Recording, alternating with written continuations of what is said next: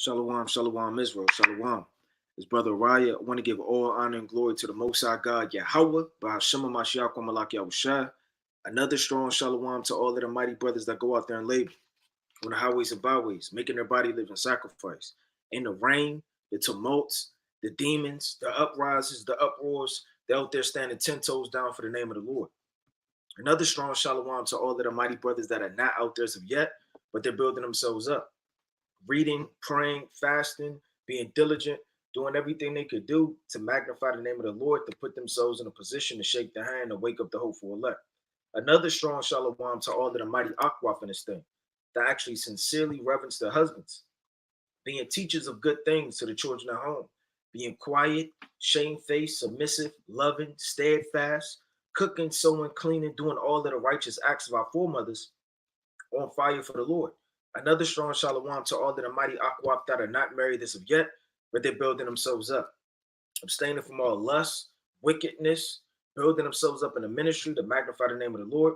Another strong shalom to all of the mighty children in this thing that are abstaining from all lust, you understand, concupiscence and peer pressure. And last but not least, another strong shalom to the whole entire nation that's reading, praying, fasting, doing all of the works, right, of our foremothers and forefathers in the last days on fire for the Lord.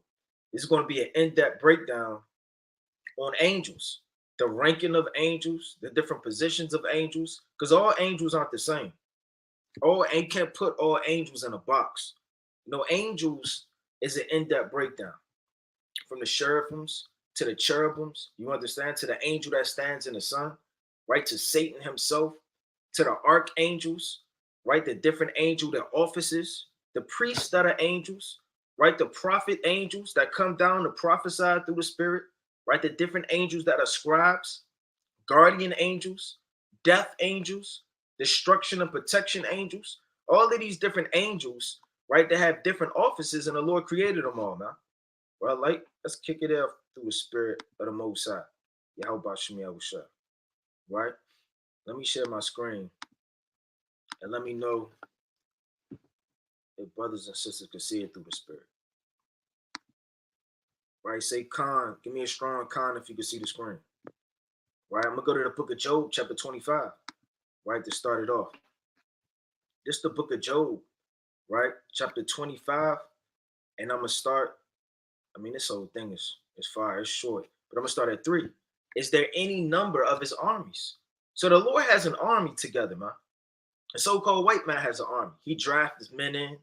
No matter if you're 18 years old, you're 20 years old, 2,000 men, 20,000 men, 100,000 men marching in the army with tanks, drones, and helicopters, missiles, helmets, right? All type of shields and all type of AK-47s and armory, man. This is so-called white man's army. How about the Most High's army? How about the hosts that's in the third heaven right now, man? They're on fire. They're flaming spirits, man. They don't sleep. They're on fire, and they love to do the will of the Heavenly Father. And no, they don't rebel. All angels are subject to Yahweh Bahashim Yahushua, man. And all of these angels, like they say, they on go, man. They ready to terrorize, destroy, uplift, break down, right? These angels, and they're ready, man, through the spirit, right? Let's go to the book of Revelation, right? Let me get this quick precept in Revelation. So you have different angels. Matter of fact, before I even start off there, let's go to Revelation chapter 15. So you have angels that are priests. You have priests, right, that are on earth, and then you have an heavenly priesthood, man. Because all of the priests, right, they have a specific duty, right, like Aaron and his sons. They would come in before the tabernacle, right? They would wear the linen. They would come before the Lord. You would have a bowl, a menorah, right, the shewbread. All of those things are in the third heaven. Let's go to the book of Revelation, chapter 15, and I'm going to start at verse number 5. It says, and after that, I looked, and behold, the temple of the tabernacle of testimony in heaven was open. Right? So you have a testimony, it's like a tabernacle of testimony on earth. You have a tabernacle of testimony in the third heaven. You can read about that in Numbers, the 2nd chapter. Numbers, the 1st chapter. Right? A tabernacle of testimony that they used to pitch up and go throughout their journeys. You can read about that in Joshua, the 4th chapter. And then those men would pitch it down, and it was bared by the priests. But in the third heaven, right? Let me get this quick precept. Because who gave him the blueprint? Right? Let's go to Hebrews chapter 8. The same blueprint that Aaron and his sons, right, have, the same blueprint that's in the third heaven. This is the book of Hebrews chapter 8, right, and verse number 2. A minister of the sanctuary and of the true tabernacle, which the Lord pitched and not man. Check that out. So you have a true tabernacle, a heavenly tabernacle, man. Things that are in the heavens. So it says, and after this I looked, and behold, the temple of the tabernacle of testimony in heaven was open. So after this door was open, you have stairs coming up to the what? The tabernacle of witness. You read about that in the book of Revelations, the 4th chapter. Now, as you go up these stairs, you enter into the tabernacle of testimony, which is the holies, where the Most High sits on his throne and Yahweh Shai. It says, and the 7 angels came out of the temple. So these 7 angels will represent like a priesthood. 7 is a number of completion. It says, having the 7 plagues, clothed in purple and white linen, having their breasts girded with golden girdles. So gold is what kings wear, right? And it said they had what? Pure white linen. Now, where do you find white linen at? And what does that have to do with anything? Let's go to the law. Because the same blueprint that Aaron received and Moses received and the men of the Lord had with the priesthood is the same thing right before the foundation of the earth. Let's go to the book of Exodus, chapter 39, and I'm going to start at 27. Right, and it reads, and they made coats of fine linen, of woven work for Aaron and his sons. Right, linen, you understand, because you don't have anything in the tabernacle of testimony that will cause you to sweat. And a mitre of fine linen, and of goodly bonnets of fine linen, and linen breeches of fine twine linen, and the girdle of fine twine linen, and blue and purple. So blue and purple is what the priests wear, man. That's very, very expensive. It says, and scarlet, and of needlework, as the Lord commanded Moses. He commanded it because it's a shadow of heavenly things by the heavenly priesthood. It says, and one of the 4 beasts gave unto the 7 angels 7 golden vials. So you have the 4 beasts and you have the 7 angels. We're going to get into all of that. It says, full of the wrath of God who liveth forever and ever. And the temple was filled with smoke from the glory of God and from his power, and no man was able to enter into the temple till the 7 plagues of the 7 angels were fulfilled. It's not talking about no man, Jerry, that just died. He just wandered around in the third heaven. That's not what that's talking about, man. You have different ranks in different angels. Every man, just because you're an Israelite, don't mean you can enter into the tabernacle of witness, man. In the ancient world, they would kill you. Let's go to the book of Numbers. The same way all angels aren't the same. Let's go to Numbers, right? Chapter 1 and verse 50. But thou shalt appoint the Levites over the tabernacle of testimony. So certain angels are appointed over the tabernacle of testimony for the trumpets and the vials, and over all the vessels thereof, and over all the things that belong to it. They shall bear the tabernacle and all the vessels thereof, and they shall minister unto it, and shall encamp round about the tabernacle. Meaning what? It was an army. You couldn't just come next to the tabernacle of witness in the ancient world, because the Levites would kill you, man. They're guarding around the tabernacle of witness. Read about that in Numbers 18 and 1 all the way down. Like you have bouncers, you have security. Imagine in the ancient world, you had all the Levites, making sure don't nobody break nothing, try to break it in, nobody touching it, throwing rocks. And it was making sure that thing was fully protected. Why? Because that's where Yahweh, Bahashem Yahweh Shai will rest. It's a very, very important office. That's why holding posts at camp, being alert, taking care of your family, taking care of the church on a physical level. Our forefathers, they were about that, man. And when the tabernacle set up forth, the Levites will take it down. And when the tabernacle was to be pitched, the Levites would set it up. And the stranger, check that out, whether it be a different nation, whether it be somebody that's not fit from the bloodline of Aaron that came to do God knows what, the stranger that cometh nigh shall be put to death. So what would happen if you were to enter into the tabernacle of witness? And the Lord said, even in the third heaven, no man can enter into until these plagues were finished, man. The same way when that priesthood was going on, when things were being set up, you couldn't just walk around. This isn't, I mean, the so-called white man even do that, man. In the White House, you can't just walk around the White House kicking a rock. I always seen this on TV. I always seen this on TV. Now let me test these pillars. How strong is it? Man, the so-called white man will put one of them snipers to you, man. They take that extremely serious. You touch the fence too much during the White House, what's gonna happen? And you're gonna have security coming out of nowhere telling you to beat it. If you don't beat it, right, they may lock you up. They got snipers and people with all type of goggles on the roof and binoculars watching you, man. So that thing is serious even on a carnal level. How much more in the spirit of the Most High in the ancient world and in the third heaven? So going back to it, you have what? Priests that are in the third heaven. Let's go to the book. Matter of fact, I'm going to read all the way down. Right, Salakia? Let's go to the book of Revelations, the 11th chapter. Going into these priests. This Revelation chapter 11, and I'm going to start at 15. It says, and the seventh angel sounded, meaning one of the seven trumpets, which is the last to sound. You understand? And there was works like a great voices in heaven, saying, the kingdoms of this world are become the kingdoms of our God and of his anointed, and he shall reign forever and ever. And the 24 elders which sat before God on their seats fell upon their faces and worshipped Yahweh. So we're going to get into the 24 elders. We're going to get into the four beasts, the cherubims and the seraphims.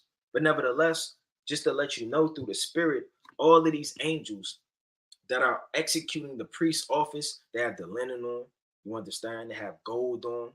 They're in the spirit of the same thing Aaron and his sons were doing on a carnal level, man. You understand? Let's go to the book of Ezekiel, right? Chapter 40. Also, besides being priests, you also have angels that do what? They're prophets and they give you visions. So all angels aren't just trying to destroy you, man, and break your legs and your bones. You have certain angels that give you visions and they're prophets. Let's go to the book. I mean, everything is a shadow of the things that are in heaven, or the things that are on earth. You got angels that prophesy. You got angels that are priests. You got angels that have rank, just like you have Moses, Aaron, Eleazar, right? All of the men of the Lord. You got judges, right? You got governors. I mean, you have to have order. How much more in the third heaven? Let's go to Ezekiel chapter 40, right? And verse number 2. Just the book of Ezekiel, right? Chapter 40 and verse number 2. Right? And it reads, it says, in the visions of God brought me. So like he brought he me into the land of Israel. So when these prophets were snapping into visions and they were snapping into trances, those angels were snapping them into trances. And he set me up upon a very high mountain, by which was the frame of the city of the south. And he brought me thither, and behold, there was a man whose appearance was like the appearance of brass. This is an angel with a linen of flax in his hand and a measuring reed, and he stood in the gate. So the angels have measuring reeds. Read about that in the book of Revelation, the 11th chapter. The angels measure and they get things in order. They're the watchers. So with these angels being prophets and giving visions, let's go to the book of Acts. It was a common thing in the ancient world to be snapping into a vision. And you may snap into a vision and be driving, man. Your hands on the wheel. You're just thinking about something. Next thing you know, that car come 2 seconds from hitting the next car, man. That angel put you in that trance, man. Hey, a lot of people, they go off the side of the road. They go off for bridges. You think those men really want to go off a bridge? No, they're in a trance. They're in a vision. You got certain people that say they see dead bodies. They see people walking around. A lot of this stuff, like, you're in a trance. Nobody's in the room. The angel has tapped your mind and made you feel that things were present when they weren't even existing. That's the power of these angels putting you into these different visions. Let's go to the book of Acts chapter 12 and verse number 8. And the angel said unto him, gird thyself and bind thy sandals. And so he did. And he said unto him, cast thy garment about thee and follow me. So this angel was trying to break Peter, out of prison, man. It says, and he went out and followed him and wist not that it was true, which was done by the angel. So Peter, he just going with the motion, man. Sometimes you in a dream, you like, all right, man, I might as well jump off this bridge, man. I might make it to the bottom, right? He just in the motion. He don't even know what's going on is actually real, because it was such a common thing when you read Acts 10 and 10 all the way down, Acts the 12th chapter, right? Ezekiel the 11th chapter, that these angels would tap your mind and put you in visions, but thought he saw a vision. So Peter already knew, because Peter was on a high level. He said, well, maybe this isn't real. Maybe this angel tapped my mind and put me into a dark vision, man. Let's go to the book of Ezekiel, chapter 11 and verse 22. The same thing happened to Ezekiel. This is Ezekiel chapter 11 and verse 22. It says, then did the cherubims lift up their wings, and the wheels beside them, and the glory of God of Israel was over them above. So whenever a cherubim, seraphim, angel, spirit is in a chariot, it's always the hovering spirit of Yahweh over top of it, man.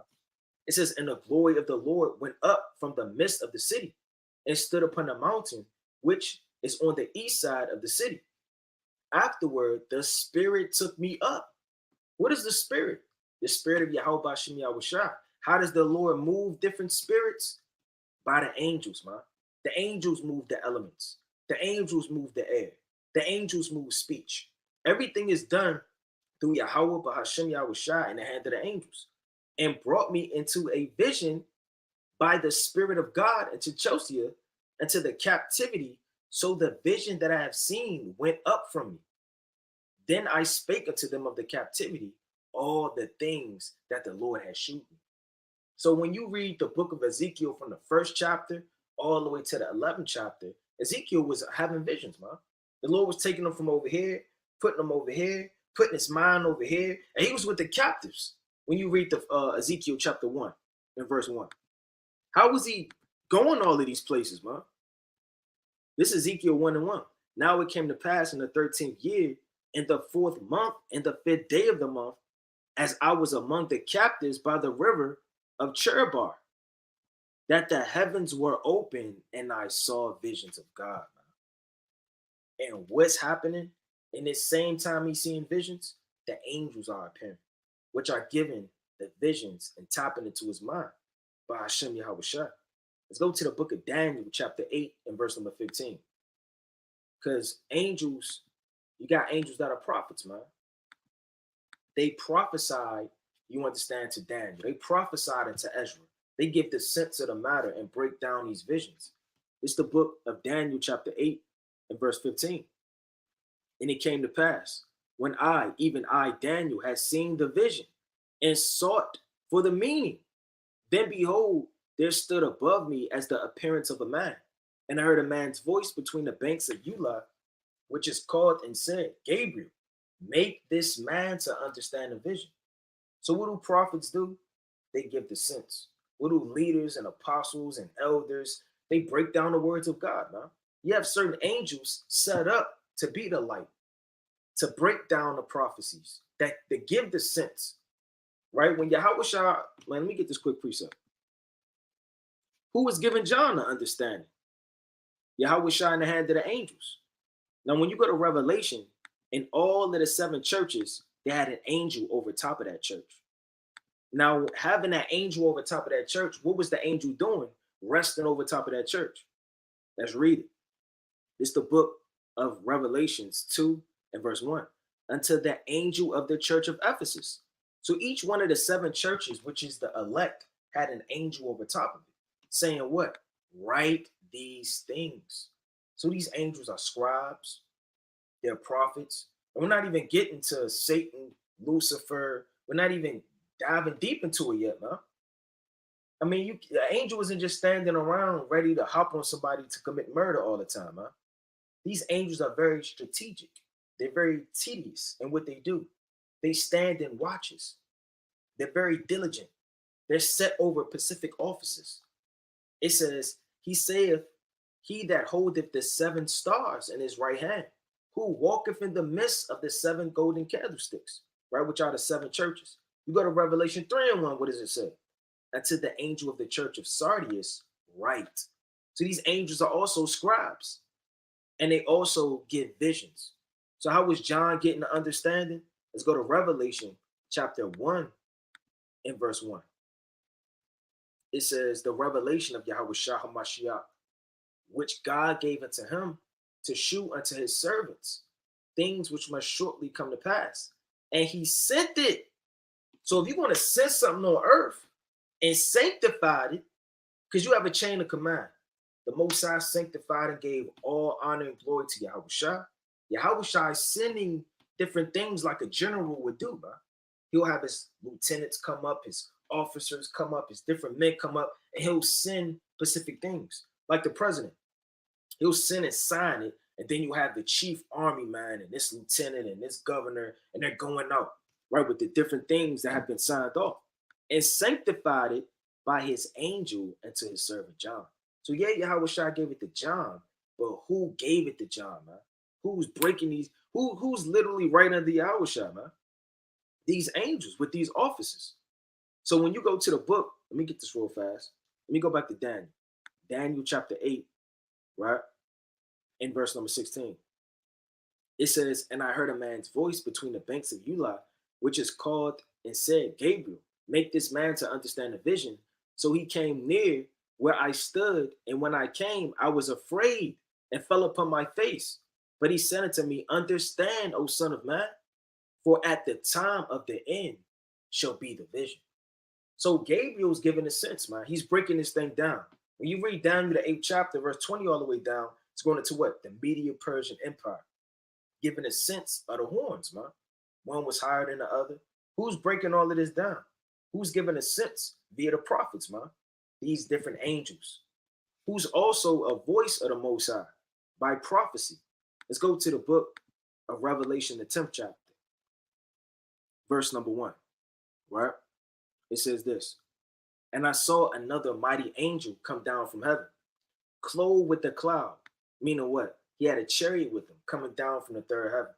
And a rainbow was about his head, and his face was as it were the sun, meaning he shined with wisdom, knowledge, and understanding. And his feet as pillars of fire, right? Because he's a flaming spirit. And he had in his hand a little book. So who's giving a sense to John? The angel is. And he set his right foot upon the sea and his left foot upon the earth. He had dominion. It says, and cried with a loud voice as when a lion roareth. And when he cried, 7 thunders uttered their voices.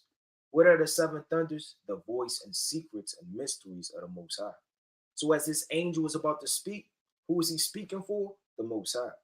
He's literally, these are accounts of angels that are spiritual prophets coming down, giving the sense and the breakdowns for the understanding.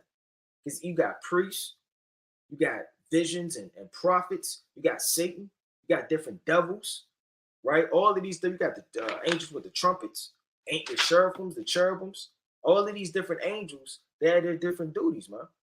It says, and when the 7 thunders uttered their voices, I was about to write. So who is John getting a sense from the Most High via who's talking for the Most High? The angels are talking to the Most High, man. Talking for the Most High. When you see, this is my beloved son in whom I am well pleased, that wasn't the Most High speaking. When Yahweh Shai got baptized, it was the angels. Let's go to the book of John, right, real fast. Just going on these angels, they're the voice and they're the messengers of the Most High, man, speaking prophecy and breakdowns.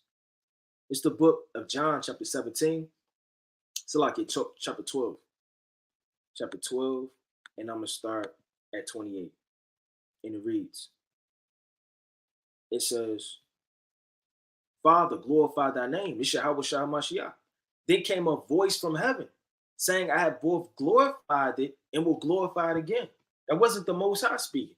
That was the angel speaking. The people thereof that stood by and heard it said that it thundered. Isn't that the same voice of the Most High in the book of Revelation that talk about the 7 thunders uttered their voices and I was about to write? The 7 thunders, or the voice of thunder, is the Most High, because you can't understand the Most High. If somebody were to listen to the Most High speak, you wouldn't perceive it. You can't understand it. It's too deep and dark.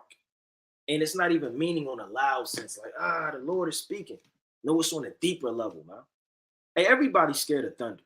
Who got their ear open to thunder when it's hitting the ground, man? You trying to get the hell out of there, man.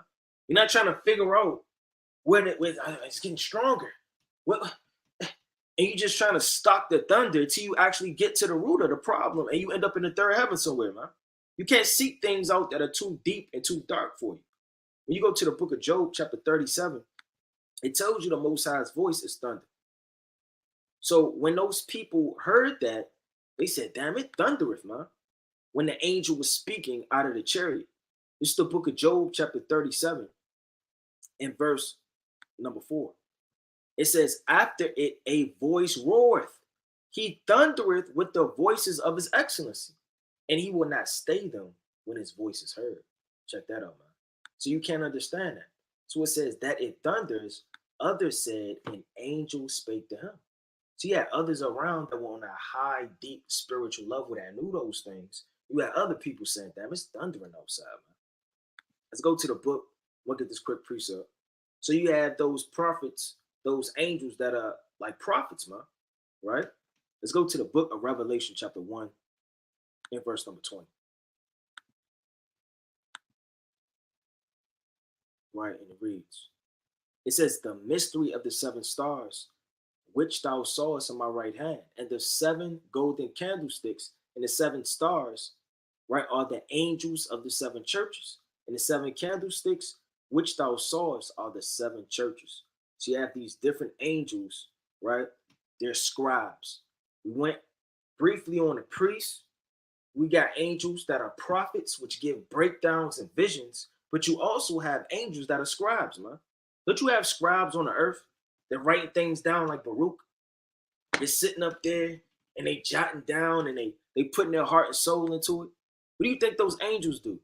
You got angels that are scribes, and they're actually writing things down on a physical level, man. Let's go to the book of Ezekiel. Let's prove that. So they're not just, they're just flapping their wings all day and just waiting with a sword in their hand. You got certain angels, they sitting up there with a whole lot written down that's pertaining to you. What you got going on, the wickedness of the city, how many liars, thieves, manipulators, people that bear false witness, people that lie and steal, all manner of murder and fornication. All of these things are being jotted down via the angels, man. It's the book of Ezekiel, chapter 9 and verse number 11. And behold, the man clothed with linen, which had the inkhorn. What is an inkhorn? Let's find out.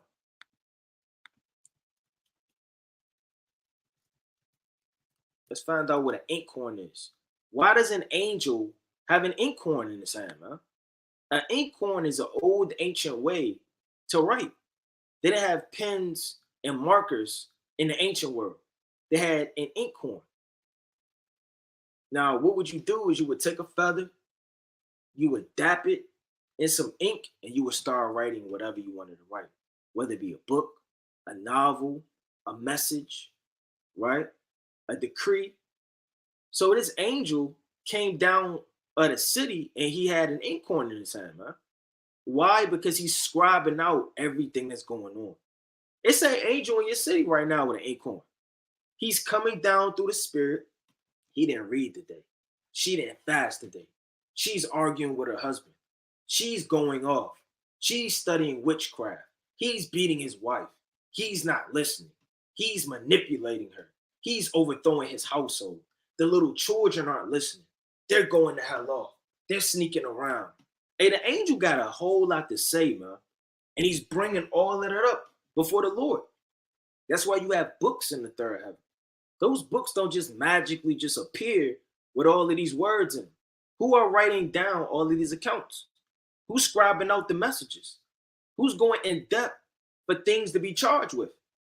Did not the Lord say do all things in writing? Let's go to the book of Sirach real fast, man. Right? Let's go to Sirach. So the Lord's even keeping the law. You know, it would be hypocritical for the Lord to say all things have to be written down, and the Lord's not writing everything down. We know that the Lord is true, man. It's the book of Sirach 42:7. Deliver all things in number and weight, and put all in writing, that thou givest out and receivest in. So in the day of judgment, you're going to have a long list of accounts that you have to answer to. It says, this is the book of Ezekiel 9:11. And behold, the man clothed with linen, meaning this priest, Salakia, this angel, which had the inkhorn by his side, reported the matter, saying, I have done as thou hast commanded me. So who gave the command? The Most High. The Most High said, go down there and write out all the iniquities and find out the sum of the matter. And whoever does not have that mark upon him, right, and that's not signed and crying, kill him, man. Destroy him. Old, young, babies, children, right, all-timers, disease, wheelchairs. And the Lord don't care, man. Your name isn't on the book of life written down, you're going to be destroyed, man. Right? And you got to take that serious, man. Let's go to the book of Ezekiel chapter 9 verse 3. And the glory of the God of Israel was gone up from the cherub whereupon he was to the threshold of the house. So it's resting on his house, this angel. And he called the man clothed with linen, which had a writer's inkhorn by his side. So check, I mean, that got to scare you, man. You can't just think that the angels don't exist. They're not around. They're not doing anything. They're doing God knows what, and they're hiding, and they're just invisible. No, these angels, they're extremely real, man. They're all around us each day, writing down everything you're doing. This isn't what your grandmother told you. Santa Claus, he sees you while you're sleeping. He knows when you're awake. He knows when you've been battled good. So be good for goodness sake, man. This isn't a fairy tale rhyme. No, these angels are watching you.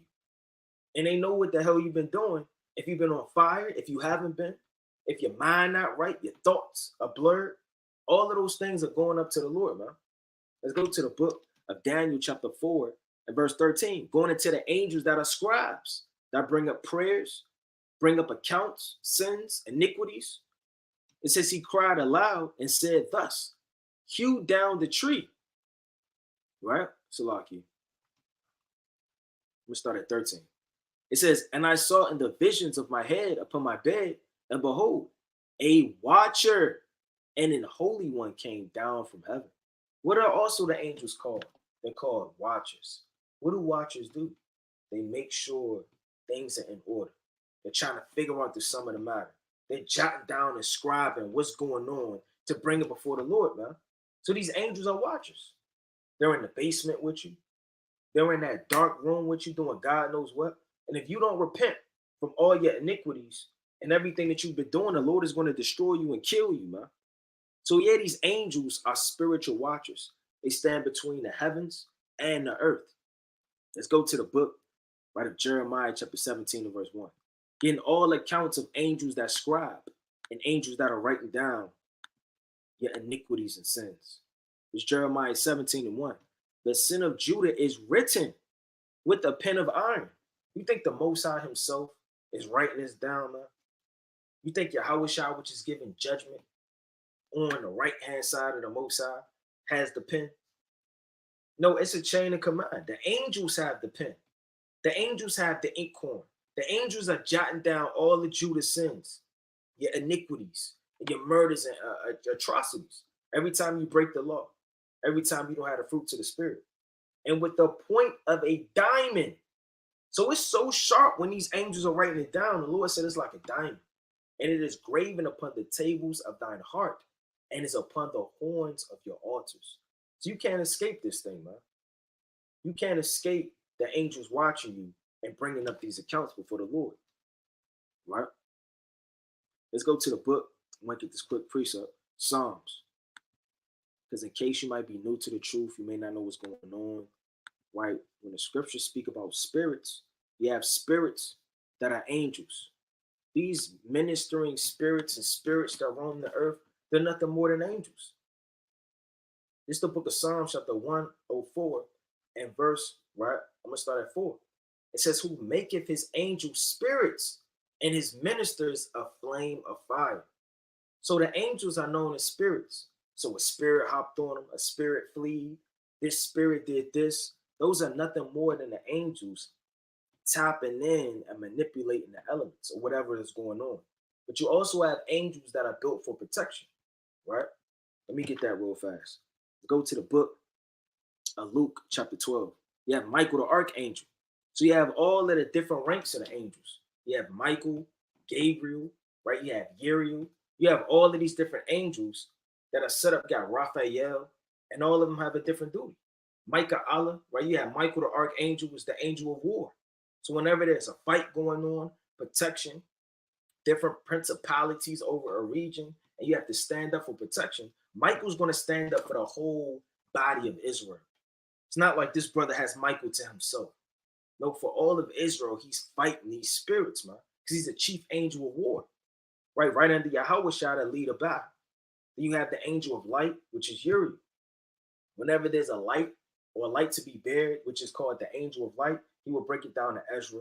He will go into cheap breakdowns and visions, right? You have Gabriel. Gabriel is a messenger also that will break down precepts, right? Came to Mary, came to Daniel, right? So these angels, they come down and give the sense. You got Raphael, which is a healing angel. All of these are archangels. Let's go to the book, right? Let me get this quick precept. Let's go to the book of Daniel, chapter 12, and verse number 1. It's Daniel, chapter 12, verse 1. And it reads, "And at that time shall Michael stand up, the great prince, which standeth for the children of thy people."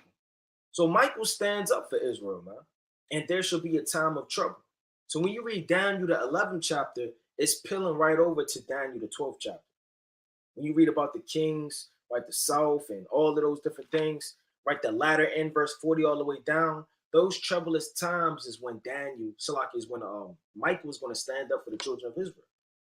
When World War III is going on, when it's famines, death, you need strength, protection.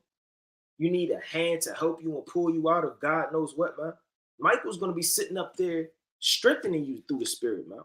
Let's go to the book of Luke, chapter 22. I'm going to get this quick precept, right? So Yahweh Shai got strengthened when he fell weak through the Spirit, man. When he was in a mortal body that was subject to all the infirmities. Let's go to the book of Luke, right, chapter 22, and I'm going to start at 40. I'm going to start at 42, right? I'm going to start at 43. "And there appeared an angel unto him from heaven, strengthening him." So these angels, they protect you and they strengthen you up. You may feel like, damn, what did happen to my arm? And I kind of feel better out of nowhere, man. That was probably your angel, man, resting on you and healing you through the Spirit. Trying to figure out why your knee popped back into place or the infirmity or whatever the case may be, or you were sorrowful, you were sad, you were crying. The Lord will put a spirit on you of joy. Did not the Lord put a spirit on Artaxerxes, man? Or Artaxerxes or Xerxes, right? To take that spirit he had, that countenance, and turn it around, man. So the Lord will make you happy, sad, joyful. He'll put a spirit on you, and he'll strengthen you up, man. You can be about ready to fall, about ready to die, about ready to pill over, about ready to give up. And the Lord has sent a spirit down there to strengthen up your body, physically and spiritually. Let's go to the book of 2nd Esdras and prove that. Let's go to the book of 2nd Esdras, chapter 5, and verse number 14. Right? And it reads, it says, "Then I awaked in an extreme fearfulness," man. So when Ezra was catching these visions and dreams, he was fearful, man. Imagine seeing the end of the world. And not just that little clip you see when you go to bed. Yeah, I woke up, it was angels and chariots, explosions. Hey, you sitting up there. But imagine if you was there. You seen the angel inside of the chariot. Like, you don't know what the in-depth visions of what these prophets actually seen. We only know what's written, man. How many dreams did really Habakkuk had, man? How many dreams did Ezra really have? It said there's so many things of Judas Maccabee's wars that are not even written. So many things of Yahweh Shai that if all of the books of the earth were written about them, it still couldn't contain them. How many dreams have you had, man? And you only remember what, 2, 3, maybe 5, Maybe 7. How many dreams have you had all throughout your earth from the time you was born to now? How many dreams did these men have that's not written, man? How descriptive they were. Things that were broken down that the Lord didn't want even to utter again. It says, then I answered. So like then I awaked in extreme fearfulness, went through all my body, and my mind was troubled so that I fainted. So his whole body felt weak. So the angel that was come to talk to with me held me, comforted me, and set me upon my feet. It's not always talking about an angel coming down and then you see him and his wings kind of looking like this and he wraps you up with his wings and you start getting lifted up all the time, huh? Because you feel mighty out of nowhere, zealous out of nowhere. You feel ready to teach out of nowhere. You feel your back just feel better out of nowhere, bro. You were sorrowful 2 hours ago. Now you ready to go, man, die for the Lord. These angels come down and they heal you. They rest on you. They make you to have might and strength, man. The same way with our forefathers, man, in Ezra. Let's go to the book of Daniel, the 3rd chapter. And these angels, they come down and they heal you, they protect you, and they guide you, man. They strengthen you up. It's very important. Let's go to the book of Daniel, chapter 3. Daniel chapter 3, and I'm going to start at 25. Get straight to the point. It says, he answered and said, lo, I see 4 men loose, walking in the midst of the fire. Well, what happened? Shadrach, Meshach, and Abednego, man. Who is this 4th man walking around? Because these angels, right when you're in distress, right when your back is against the wall, that car was about to come, that man was about to shoot you. Hey, a lot of people got shot at and they never get hit. A lot of the times a car may miss you by what, 2 inches? And you didn't die to death. Sometimes somebody swung that knife and it got just close enough not to swipe your neck, to hit that artery for you to bleed out, man. Those are those angels. I mean, the most near-death experiences of protection and help and strength are caused by the angels. You can't look back and say, damn, that was a close one. This is not America's closest accidents. Then a so-called white man, look, then they make a spectacle about it. Look at him. Let's go to the next one. Well, he almost got put to death. The car almost ripped up his arm in the shreds. Let's go to the next one. Look at that gorilla. The cage was just closing. He almost got his leg. Let's go to the next one. No, these angels, man. The angels are doing these things. It says, and they have no hurt. Imagine being in a furnace and you got no hurt. No blaze of fire. No smell on you. No burn marks. No 1st degree, 3rd degree. Nothing is happening to you. You're actually cool through the spirit. And the form of the 4th is like the Son of God. And that's what the angels are. They're the sons of the living God, man. So you have to understand they're sent down for protection. And they fight for you and strengthen you up. And how do they fight for you and strengthen you up? They remove spirits off of you too. Let's go to Daniel, right, the 10th chapter. It's always a spiritual warfare with these angels. The same way you're fighting carnally, you can't see the angels, you got stress, turmoil, you're getting plagued in the mind, and you fighting your best fight. The same way there are angels protecting us, fighting off and pushing away these demonic evil spirits, man. That's Daniel, the 10th chapter. Let's go to Daniel, right, chapter 10, and I'll start at verse 16. It says, and behold, one like the similitude of the Son of Men touched my lips. Then I opened my mouth and spake and said unto him that stood before me, O my Lord, by the vision my sorrows are turned upon me, and I have restrained no strength. So the prophets, oftentimes, they don't have strength, man, because they're seeing too much. They're hearing too much. They're going through too much, man. And oftentimes, we don't have strength, man. Man, if it was up to us and it wasn't the mercy of the Most High, a lot of people would have just fainted, man. It says, for how can the servant of this my Lord talk with this my Lord? As for me, straightway there remain no strength in me, neither is there breath left in me. Then there came again and touched me one like the appearance of a man, and he strengthened me. Over and over and over, we read about the angels strengthening man, strengthening the prophets, strengthening Yahweh Shai, strengthening Ezra, strengthening Daniel. And the angels strengthen you, man. It's a chain of command. Everything goes through the Yahweh and the Son Yahweh Shah. But Yahweh Shah uses things, man. You may use God knows what for a present of your wife. You may use a restaurant to take her out. Then the chef, he cooking up, got the steak, got the lamb, got the curry goat, or whatever the case may be. Be presented for your wife, and she's eating, she's joyful. Oh, he's so nice to me. He took me out. But you didn't cook anything. You didn't do anything. But it's you that got the food. And these angels are used chiefly, man. You look at the builders or the workers of the society, your mechanics, right? Your men that so-called work on cars, people that propel planes, and your pilots, your truck drivers. Those men are running the society. But yet you have the presidents and the elites, right? The Rothschilds and all of these men that run the government. They get all the authority and all of the praise, right? They're the one that passed the bill. They're the one that moved this around. They're the one that built up this structure by Wayne Johnson's Inc., right? Constructions. But they're somewhere in a penthouse suite. And then you got Issachar on the top floor, risking his life, man, trying to put that window up for his 3 kids and wife at home.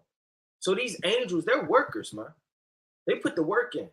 They're out in the field, man, like they say. And they don't get tired doing it.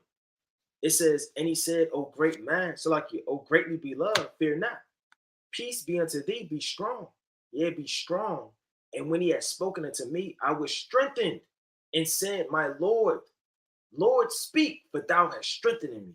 So after he got strengthened, this is what he said. Then said he, "Knowest thou therefore I come unto thee?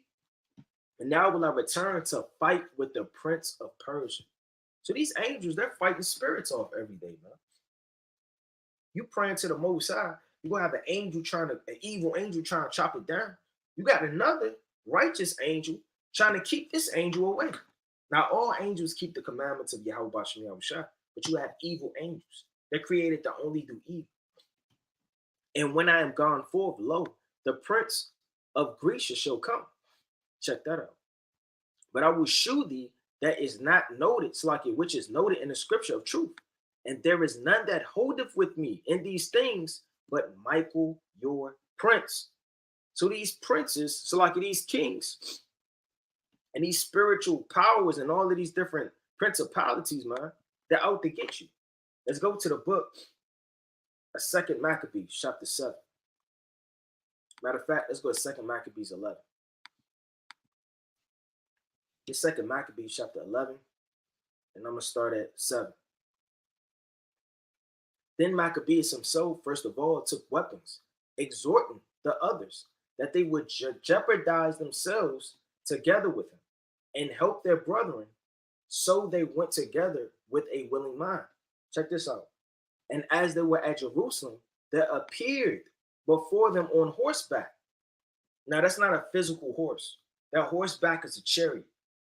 You're not having an angel. You don't have Pegasus in the air. That horseback is chariots. Just like you have horses, which are called tanks in Zechariah. It says, one in white clothing, shaking his armor of gold. So what do? They lead in war. They take down other spirits. You don't think Satan and his legions of demons don't give strength to these demonic nations, man, that cause them to create instruments of wasting destruction and bombs and tanks and all type of the explosive devices? Who's fighting on the right-hand side while Satan is fighting on the left-hand side? So these angels on horseback, they come to do what? They come to destroy and to save. Then they praised the merciful God altogether and took heart in so much that they were ready not only to fight with men, but with most cruel beasts and to pierce through walls of iron. And they marched forward in their armor, having an helper from heaven. So that helper is manyfold, man. Physical fighting, spiritual battles, protecting you and your prayers. So you have angels, man, they're at work, man. Priests, prophets, and get visions, right? With specific duties that write scribe work. Angels that fight to make sure that your prayer goes up, that you don't get put to death, that you get saved in the hour of temptation, in the furnace of adversity. Let's go to the book of 2 Maccabees, the 3rd chapter.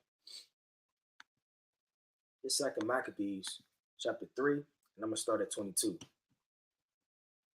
And it reads, they then called upon the mighty Lord to keep the things committed to trust, safe and sure for those that had committed them.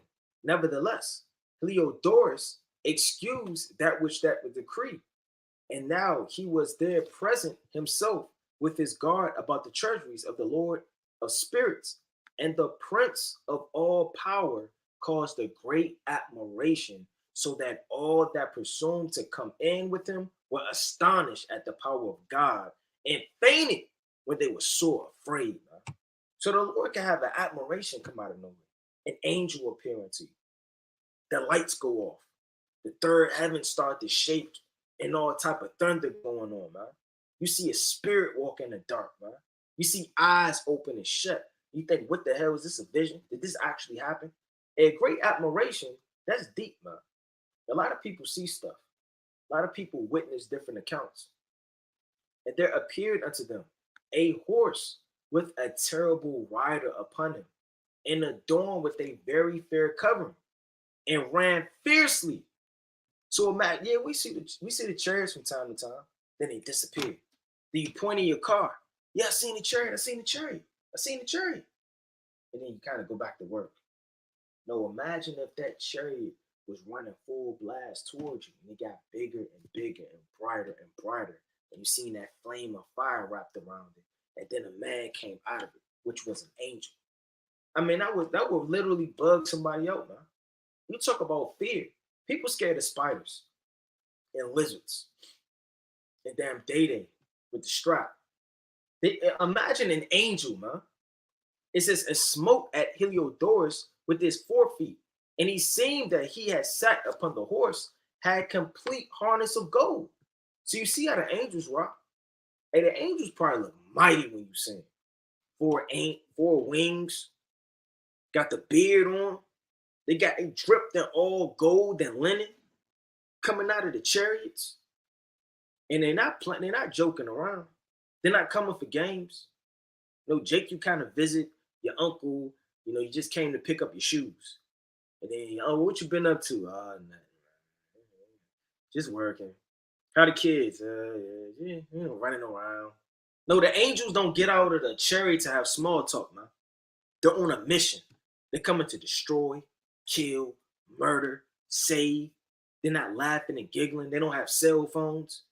Imagine being that serious with an office and duty and a charge from Yahweh Shem Yahushua. Let's go to the book, right? Matter of fact, I ain't gonna get too much more on that. But you got angels that do what? They protect. Now, I want to get this other quick one. You got angels that do destruction. Now, I want to pull this up after I get this precept. Let's go to Psalm chapter 35 and verse number 5. And then we're going to go into the Pacific angels that exist through the spirit and power of Yahweh Shem Yahushua. Let's go to the book of Psalms, chapter 35 and verse number 5. Right? And it reads, it says, let them be as a chaff before the wind, and let the angel of the Lord chase them. And that's spiritual. Because the angels of the Lord, they'll chase you, man. And that's not talking about you on a treadmill or you're walking down the alley and you see the angel just chasing you down the street. And he's just chasing you. Right? You just jump down the pothole. You just go like this down the pothole. And you just in a dark room. Then he meets you down there. And he cut the light on. This isn't a scary movie, man. The angel of the Lord is going to chase you many ways. He's going to chase your mentality. He's going to plague your mind. He's going to chase you in many ways to make you think things that are after you. You got schizophrenia. You got people that climb buildings thinking people are chasing them. You got people that actually think somebody's out to get them, man. Somebody banging on your door at 12 o'clock at night. You're like, what the hell? You cut the light on. Who is that, man? What do you want? They're out to get me. They're out to get me. They're coming in and zooming in and zooming in. You're looking out. There's nobody out here, man. What the hell? You flash a light from the window. You don't see anybody out there. And then a squirrel runs up a tree and he says, look, he's right there. So people mind ain't right, man. People start running and jumping in the water, start fighting, grabbing a knife, and get away. You stole from my daughter, didn't you? So what the hell is going on? The angels chasing. And the angel would chase you out the truth. These angels would chase you many ways, man. This isn't a game. Now check this out. I want to pull this real fast. It says, let their way be dark and slippery. Who has you to slip? Slip into sin, slip into delusions, slip into visions, slip into terrors by night. How is their way going to be dark and slippery? By the angels. And let the angel of the Lord persecute them. Huh? So that man that jabbed you, that stabbed you up, that shot you, grabbed the baseball bat and knocked your brains in, that was the angels. The angels are doing these things, man. It was a movie called King of the Avenue. I don't know if brothers and sisters ever seen that movie. It was a movie called King of the Avenue. And in that movie, you had this man, he was a so-called dope dealer. And I don't want to get a movie away, but it was an angel in that movie. And the angel was doing some dirt. But the angel wasn't a physical angel. He appeared as a man. But he was an evil angel.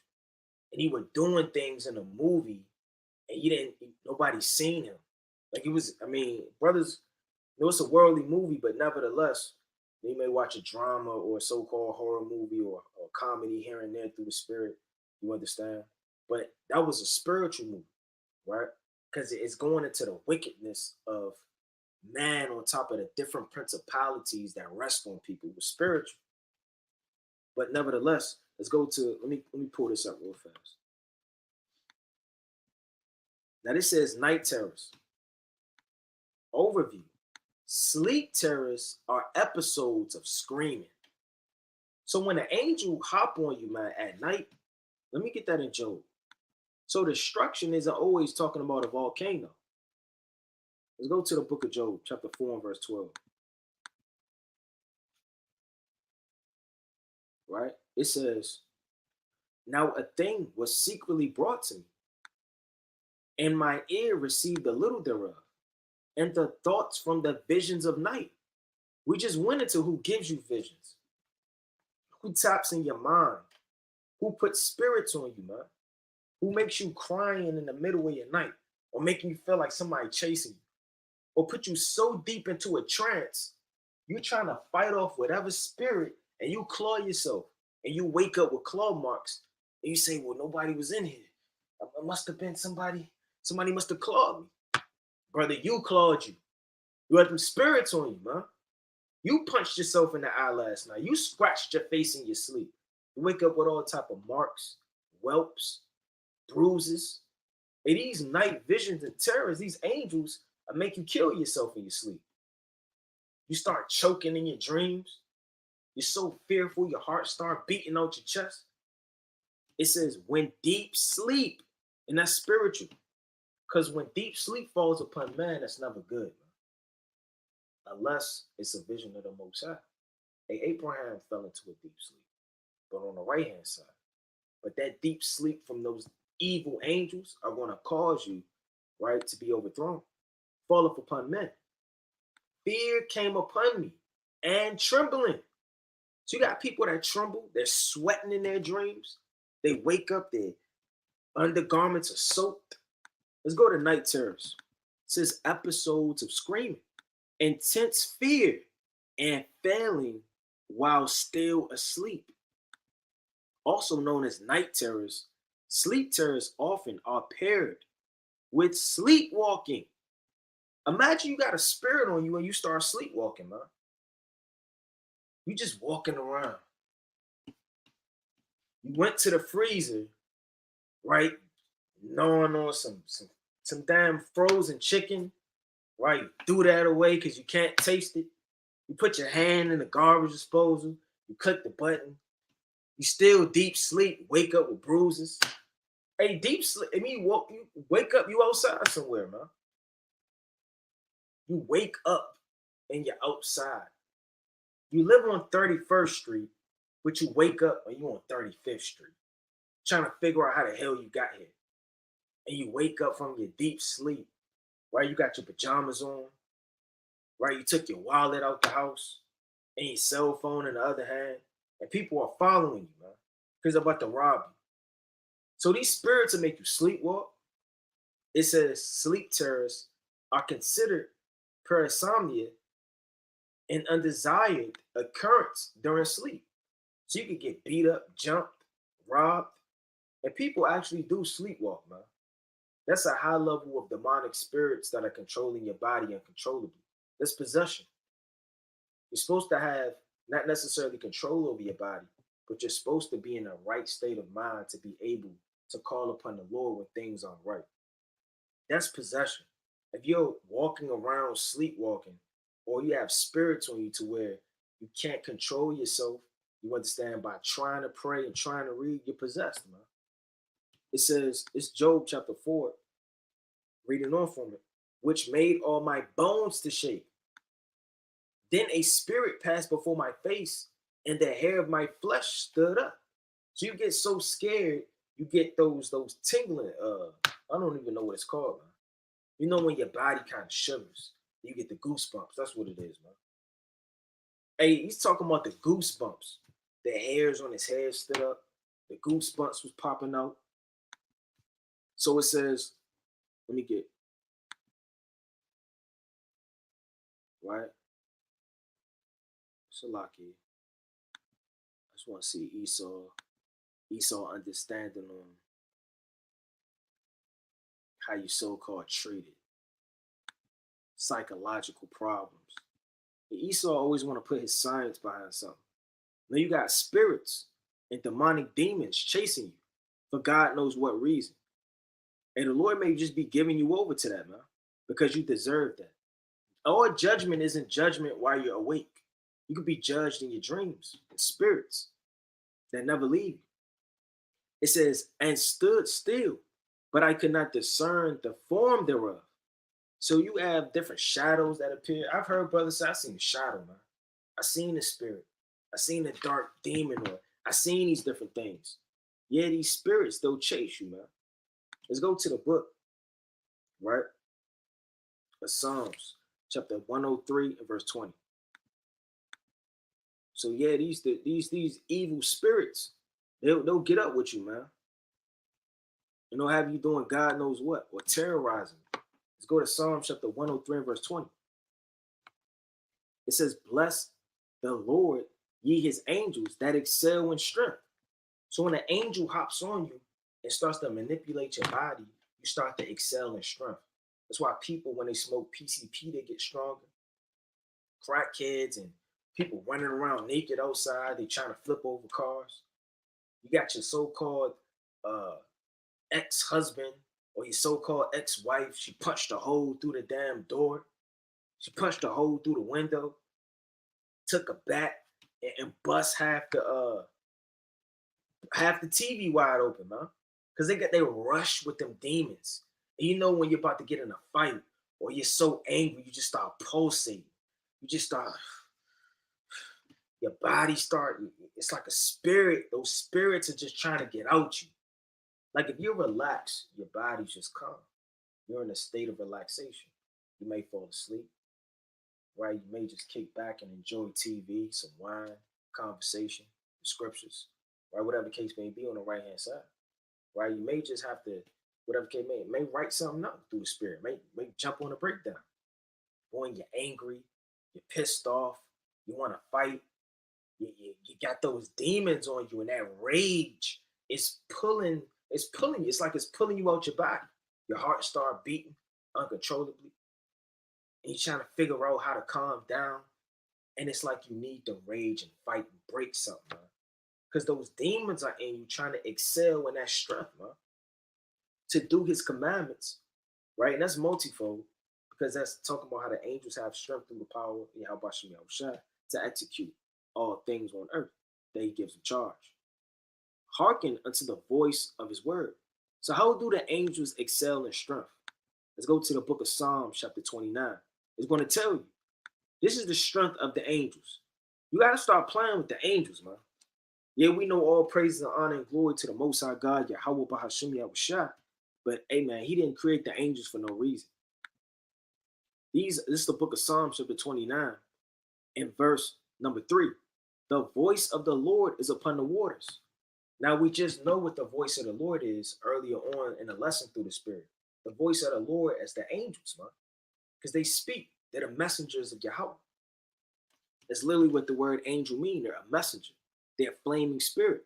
So the voice of the Lord is upon the waters. So when the Lord speaks something to the waters start to move. The tsunami starts to come. People start to drown. Jonah gets thrown off the ship. Things get real when the Lord speaketh in the voice of the Lord, it comes to pass because it goes to the angels and the angels are resting on the waters. It says, for God, so like it, the God of glory thundereth, the Lord is upon many waters. The voice of the Lord is powerful. The voice of the Lord is full of majesty, right? The voice of the Lord breaketh the cedars.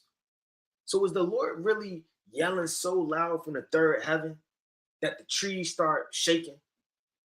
What does it mean break the cedars down?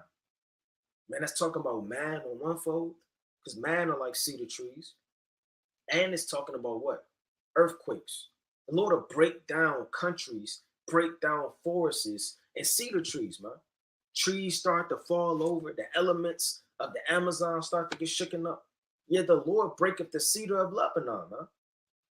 Yeah, he maketh them also skip like a calf. Lebanon and Sharon and the young unicorn. The voice of the Lord divideth the flames. So the Lord, he's on the volcanoes. He's on the so-called, what they call it, the Amazon rainforest and the wildfires. Hey, the voice of the Lord divideth the different flames of the earth, man. So when these spirits get the charge through the voice of the Lord, they're doing mischief. They're causing all things to come, man. Babies to get destroyed, thrown in the dumpsters. It says the voice of the Lord shaketh the wilderness.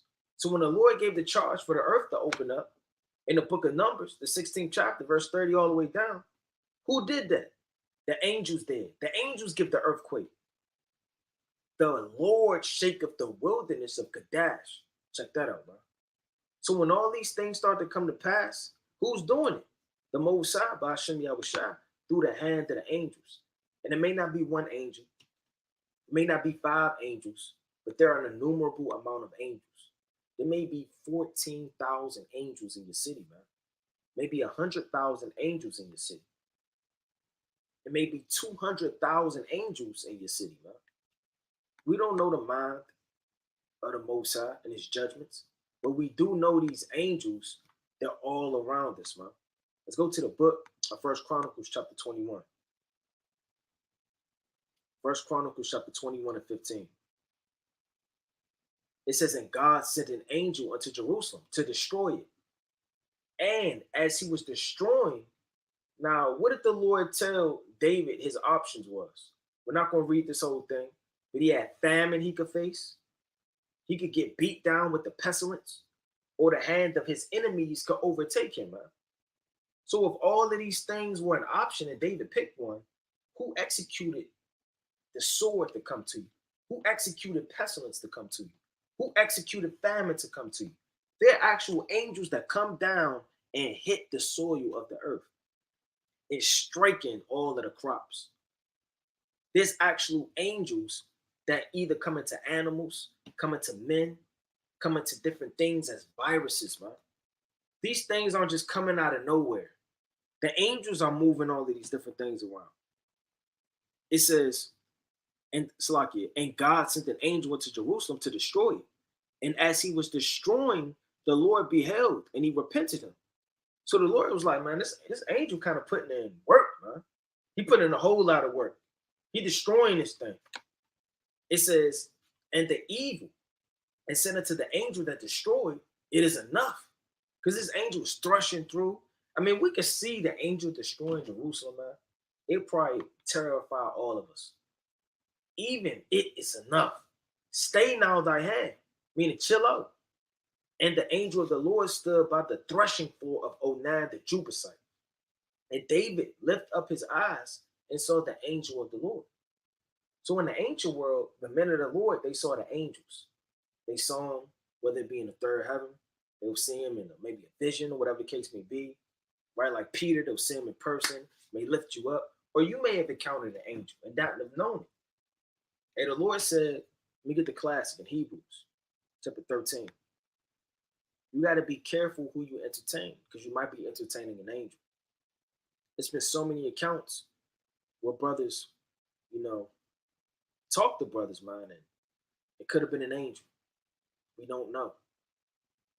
Different things, and a brother may say some Hebrew out of nowhere. May talk to a homeless brother. You turn around, he gone. You may say something to a brother trying to break down the word. Then he say something spiritual, trying to figure out how did he know that, and then he turns around and he's gone. A brother kind of push you out the way of a car out of nowhere. And then you turn around and he's gone. So you don't know where and how, if you've even seen an angel. Man. This is the book of Hebrews, chapter 13 and verse number 2. Be not forgetful to entertain strangers, because you had what? The book of Tobit. And you had literally Raphael right along Tobias the whole time. And he didn't even know. What brother may be right along you, giving you exhortation? Hey, I was playing with a brother one time, and don't take this serious because, Israel was extremely overrighteous. And it was a joke. But I was talking to a brother. I said, man, what if somebody right in the camp is an angel, man? And every single time they exhortate you or something, they just trying to guide you to the kingdom. Nobody knows. What if that brother that you met at a Hebrew summit or something, he's just down here to push all Israel to righteousness, to give you precepts, to be that brother to talk to? We don't know, man. I mean, look at Tobit. Tobit, like, man, who are you? What tribe, what family and tribe art thou? The book of Tobit, chapter 5, verse 10. Raphael is getting jammed up. He like, man, you want a hired servant or are you looking for my tribe? Like, come on. I'm down here on a duty. I'm getting pressed out. So, I mean, Tobit was on a spiritual level, and he was wise. He wasn't going to give his son into the hand of strangers. But nevertheless, Raphael's subtlety carried the spirit to be able to do, you understand what he was sent to do. And then he put Tobias in a trance. Right, the whole time Tobias eating, talking to him, probably laughing and joking or whatever case may be. Raphael is probably looking at him like this. He don't even know him, not even eating, not even laughing, not even talking to him. I put you in a trance. Let's get it, man. One more quote the words of life. Let's go to the book of Tobit, chapter 12 and verse 12. It says, now therefore, when thou didst pray, and Sarah thy daughter-in-law, I did bring the remembrance of your prayers before the Holy One. So hold on. He's bringing the prayers of Tobias before the Holy One of Israel. And when thou didst bury the dead, I was with thee likewise. So not only was Raphael sent down on a physical level, he was right above him when he was burying the dead. Man. What good acts are you doing where the angels are right above you? I mean, that make you want to give to the homeless more, man. That make you want to watch your steps in the night when nobody's looking too, man. And when thou didst not delay to rise up, and that's because if this was on the other way, if this was kind of flipped through the spirit, this would have been very bad. But what if the angel said, yeah, I was with thee when thou robbed that lady. Then I was with thee when thou, stole from thy father. That condemns somebody. And when thou didst not delay to rise up and leave thy dinner and go and cover the dead of good deeds was not hid from me, but I was with thee. And now God hath sent me to heal thee, and Sarah thy daughter-in-law. I am Raphael, one of the 7 holy angels, which present the prayers of the saints, and which go in and out before the glory of the Holy One. In and out meaning he's able to go into the tabernacle with us. Now the prayers are incense. Because, everything is spiritual in the law. You have the incense, which Aaron burned in Exodus. Well, let me get that. Well, I don't have to necessarily get too deep. But you got the incense. Let's go to the book of Exodus real fast. Chapter 30. So the incense will be likened unto prayers. That's why you can't burn strange incense. It will be an abomination to make a strange offering or prayer to a different god, or not in the right spirit. It's actually a offering being given. It says, and Aaron shall burn thereon sweet incense every morning. And when he dresseth the lamps, he shall burn incense upon it. And when Aaron lightened the lamps at even, he shall burn incense upon it, a perpetual incense before the Lord throughout your generations. Ye shall offer no strange incense. So when the incense goes up, that's supposed to be the prayer of the saints. And that's spiritual. It's supposed to smell sweet. It's supposed to smell good. And incense goes straight up, just like a prayer would. And it says what? And the high priest is the one doing it and receiving it and making it happen, just like Yahweh Shai. The angels are bringing it up through the priest Yahweh Shai. Right? This is the book of Tobit, chapter 12, right? And verse number 16. Right? Salakia. I'm going to start at 19. All the days I did appear unto you, but I did neither eat nor drink, but ye seen a vision. Imagine all of the long talks they had. All of the times they ate. Hey, but Tobias, he was in a vision, man. Hey, the Lord will snap you in a vision via these angels and have you thinking and moving and, thinking things that aren't even true. And God knows what else, man. And that's deep. Right, let's go to the book, Salaki. Yeah, I'm going to rest right there. I'm going to read verse 20. It says, now, therefore, give God thanks, for I go unto him and sent me, but write all these things which are done in the book, man. Right? Give all honor and glory to the Most High God. Let's go to the book of Sirach, chapter 39. We're still going into the destruction and what these evil angels do to man. Let's go to Sirach, chapter 39, verse 28. There be spirits that are created for vengeance. So all spirits are created for you to have fun and be protected. That's the book of Sirach, chapter 40, man. Let me get this quick precept. Okay, I'm going to have to finish that precept since I already got it pulled up. Right? It says there be spirits that are created for vengeance, when their fury lay on sore strokes. So what is vengeance? Let's go to it. These are some accounts of the angels, man, moving things. Subscribe right now, or you're going to have terrible luck for the next week. Explosions are either natural or artificial. Regardless of the circumstances surrounding it, it results in loss of life and property. Here are the 10 biggest explosions caught on camera. 10 biggest explosions. Number 10, Chernobyl. Teleported to send out more than 77,000 square radiation, and more than 350,000 people were evacuated from the infected areas. The accident killed 30 operators and firefighters within 3 months, and several other people died later. 237 people were diagnosed with acute radiation syndrome, of which some of them died within a few weeks. The disaster was a unique one and the only accident in the history of commercial nuclear power where radiation-related fatalities occurred. The Chernobyl blast contributed to the zone around. Number 9. Trinity Blast. The first atomic bomb in history detonated in 1945 and was dubbed the Gadget. Producers, if you struggle finding sound. But you have these explosions and these different things that are going into buildings, man, beasts, TNT. destroying cities. While watching the test, J. Robert, a scientist, tour of the site was conducted in 1995 to mark the 50th anniversary blast. There were suggestions that the water sprayed on the chemicals may have triggered the explosion. Talking about may have triggered the explosion. What do you mean may have triggered the explosion? The angels made the explosion. Esau is always talking about a hamster or a little rat. He chewed on the wire, and as he chewed on the wire, it was a spark.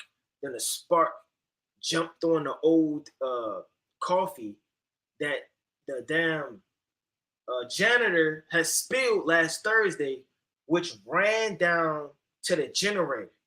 And the generator was supposed to be fixed in 2007. And since it wasn't fixed, it was hot wired and it was off, a tweak, which caused the explosion. It's always some Esau story behind it, man. To the blast. There were suggestions that the water sprayed on the chemicals may have triggered the explosion.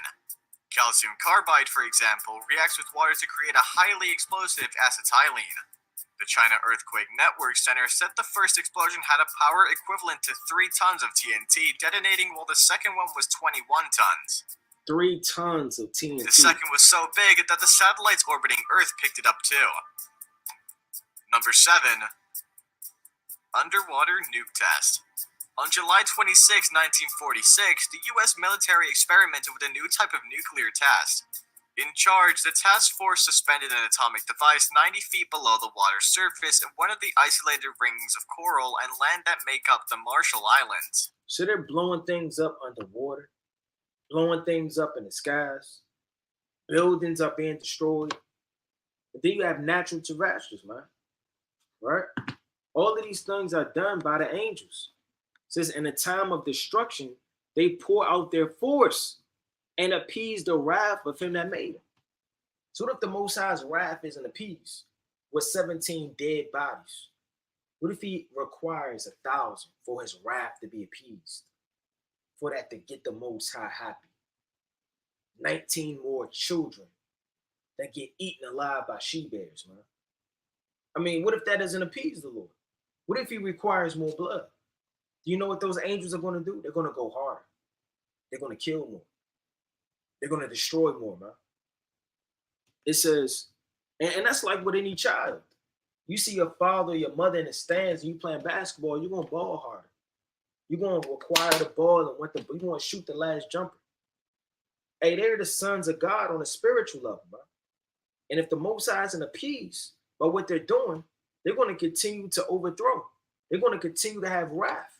They're going to continue to pour out that force. It says fire and hail and famine and death. All these were created for vengeance. So vengeance come upon man. You understand? When all of these things break out. Teeth of wild beasts. So the so-called crocodile hunter, he got killed. All of these different diverse beasts. You got dogs turning on their earners, biting people on their necks, chasing people, snakes wrapping themselves around, and crocodiles putting you in the position and rolling on you and tumbling. All of these are spirits that are hopped down on these angels, so like you hopped down on these beasts via the angels, scorpions and serpents. A spirit will hop down in a serpent. The serpent will leave his position and make his way into your house, make his way into your pipes, make his way through your toilet, man. It says the sword punishing the wicked to destruction. So who is the sword? Esau is the sword, man. And who does he use? Right? Those angels hop on those men. They show rejoice in his commandment. Let me read that again. They show rejoice in his commandment. Right? And if you got children watching, you may want to turn them away real fast, man. It says they shall rejoice in his commandment. Don't you know people are getting raped on the earth somewhere, man? You have all type of spirits on the earth. We're not talking about the main folk spirit, okay? Weed spirit, right? The murder spirit and the drunkenness spirit. You have pedophilia spirits. You have all type of homosexual spirits. You have rape spirits, man. You got all type of spirits that jump on people. You got spirits that want to take people's faces off and put their face on. I mean, when you think of evil, how deep could you really get of things? We think of Esau at the highest level, but who's controlling Esau? These spirits. And when the Lord said he the king of terror, it ain't a daggone thing you could think of that anybody could think of to outthink the Most High in terror. I mean, from getting tortured half to death, the Lord puts it in the mind of these demonic nations to do these things to us. Yeah, we hate them. Yeah, they're going to be a possession. Yeah, they're slaves. Hey, but the Lord is resting the spirit on man for these things to happen. Foot butt breaking. I mean, when you really think about it, man, the Most High, like it says, he's terrible, but it's righteous, and we deserve it, or they deserve it. When children get destroyed, man, you can't say, well, that's my baby, that's my baby. The Lord said, whoever perished being innocent, and where were the righteous cut off? Let's go to the book of Job, chapter 4 and verse 7. I mean, that should scare you into being perfect, man. It's the book of Job, chapter 4 and verse 7. Remember, I pray thee, whoever perished being innocent. A lot of children have died, man. A lot of old people have died a gruesome death. A lot of people have been caught up with their bodies in incinerators. Or where were the righteous cut off? Even as I have seen, they that plow iniquity, whether it be in this life or your last life, and sow wickedness, reap the same. So you want to reap whatever you done sowed in the earth, man. Whatever you sowed in your past life. Whatever you've been sowing that you have not repented for. The Lord is going to get up with you, man, and destroy you. Right? Let me get this real fast.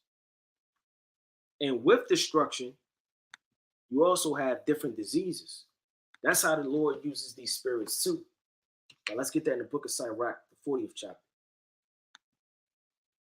The book of Sirach, chapter 40. Right? And I'm going to start. This whole thing is fire. I'm going to start at 6. Right? Matter of fact, I'm going to start at 8. Get straight to the point. Such things happen unto all flesh. So bad dreams, getting troubled at night, that happens to all flesh. Even animals have dreams, both man and beast. And that is 7-fold more upon sinners. So when you have a bad dream, that don't mean you're getting judged. Yeah, the Most High may have different events to fall. Everybody has a bad dream. If you're always getting troubled, you always having a near-death experiences, strife with your wife, strife with your husband, strife with your brothers. Somebody's always trying to harm you or kill you. You always have calamities befalling you. You always losing a job. You can't keep your children in order, man. They're continuously robbing you. Family, you can't eat. You eat every day, every other day. You call your grandmother, your grandfather, your uncle, your aunt, and then your Akims. That's how you eat every day of the week. The tribulation is always on the upside. It's always high and scourging. The Lord said these things are created for the wicked, and for their sakes came the flood. So all of these things, strife, blood, these are spirits. Because the Lord didn't create man to move in the spirit to have death. That's our last enemy. Bloodshed. That's hating your brother. Strife. That's not being of one mind. Sword. Right? We're not supposed to kill one another, man. That's the law. Calamities, famines, tribulation. All of these different things are created for the wicked. And for their sakes came the flood. To befall you and what? To trouble you and chase you. Right? Let me get this quick precept. Let's go to the book. Right? So like it, bear with me. First Kings. Right? Let's go to the book of First Kings. Chapter 22 and 19. Matter of fact, let me get Deuteronomy. I'm going to get that first. Deuteronomy chapter 28. And I'm going to start at 59. And it reads, Then the Lord will make thy plagues wonderful, and the plagues of thy seed, even great plagues, and long continuance, and sore sicknesses, and long continuance, man. So the Lord said, I'm going to plague you. I'm going to put these spirits on my people as a nation. It's not by chance. The so-called black man deals with the same things as a nation. Check this out. Diseases in the black community. You got heart disease. Always somebody got a bad heart. You got Fred Sanford, man. He sent up to Elizabeth. This is the big one, man.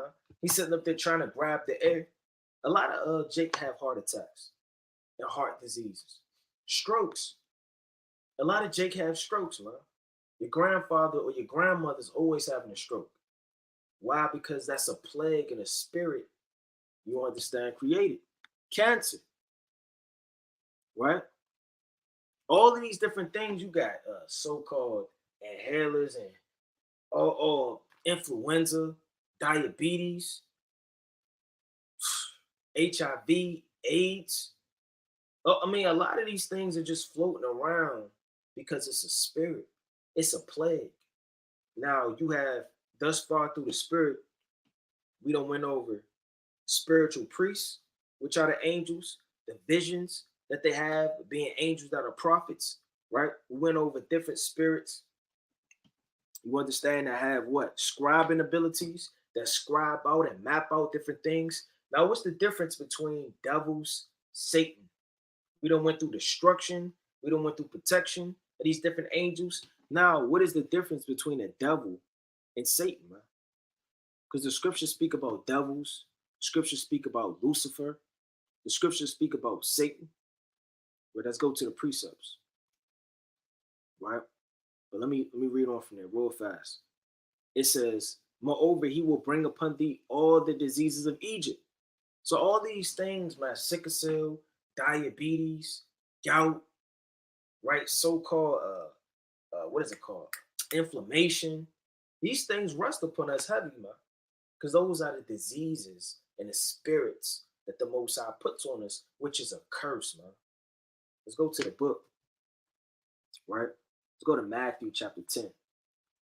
So let's break down what devils are through the spirit. Now, when you read devils in the body, it's like in the Bible. Let's go to it. Chapter 10 and verse. I'm gonna start at 8. I'm gonna start at 5. It's the book of Matthew, chapter 10 and 5. These 12 Yahweh shall send forth and commanded them, saying, go not into the way of the Gentiles, and into any city of the Samaritans enter ye not, but go rather to the lost sheep of the house of Israel. And as ye go, preach, saying, the kingdom of heaven is at hand. Heal the sick, cleanse the leper, raise the dead, cast out devils. Devils are infirmities. When you see different devils, they're spirits that are angels that give you infirmities. They give you sicknesses, diseases, make you a lunatic, make you like lepers, right? They have you to have being blind. These are different infirmities that rest on you. Now, devils is a evil spirit, but it's not necessarily a spirit that'll make you kill somebody all the time. Like Satan is the master tempter. He'll tempt you to commit a sin. That's what Satan does. The chief angel on the left-hand side. You have his legions, which are under him, you understand? Which divvies out to do his spiritual, so-called, to go to hell off, man. Maybe a spirit to hop on you right here, then another spirit. The tempter has tempted you to do something, which is the spiritual demon Satan. Now the legions of devils and demons, they rest on you to inflict you and manipulate you. So you have devils. Now you may have a devil because you're blind. You got a headache. You got a tumor. These are devils. You may be sick, urling, and your stomach hurt. You know that a spirit may hop on you to God knows what. You're going blind. You have throat cancer. So these are spirits. Let's go to the book of Luke, chapter 4 and verse 38. And I want to get this account real fast. Because Peter's wife was sick. But what was her sickness called? Let's go to the book of Luke, chapter 4, verse 38. It says, and he arose out of the synagogue and entered into Simon's house. Simon's wife, mother, was taken with a great fever. It says great fever. And they besought him for her. Check that out. So she has what? A great fever. Now she's sitting up there. She's sick, right? She need help. It says, and he stood over her and rebuked the fever. Why do you have to rebuke a fever? Don't Yahweh shall rebuke demons and devils and spirits? Why is he rebuking a fever to leave her, man? It says, and it left her. How can it leave her that exact moment? Because it was a spirit. That spirit hopped on her. When you have headaches, when you have backaches, when you have different things that break down your body and your flesh, when your mentality isn't right, those are devils. It says, and immediately as she arose and ministered unto him, because she didn't get tempted to slap the Lord's hand or by she had a demon on her to want to grab the Lord's garment or some type of wicked satanic spirit. She just had a devil on her. It says, now when the sun was setting, all they that had any sick with diverse diseases besought them unto him, and he laid his hands on every one of them and healed them. Now, I want to link that up real fast with Matthew chapter 8, verse 14. That same account.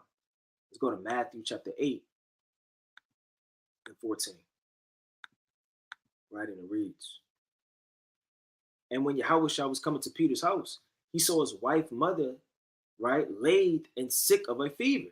And he touched her hand, and the fever left her, and she arose and ministered unto him.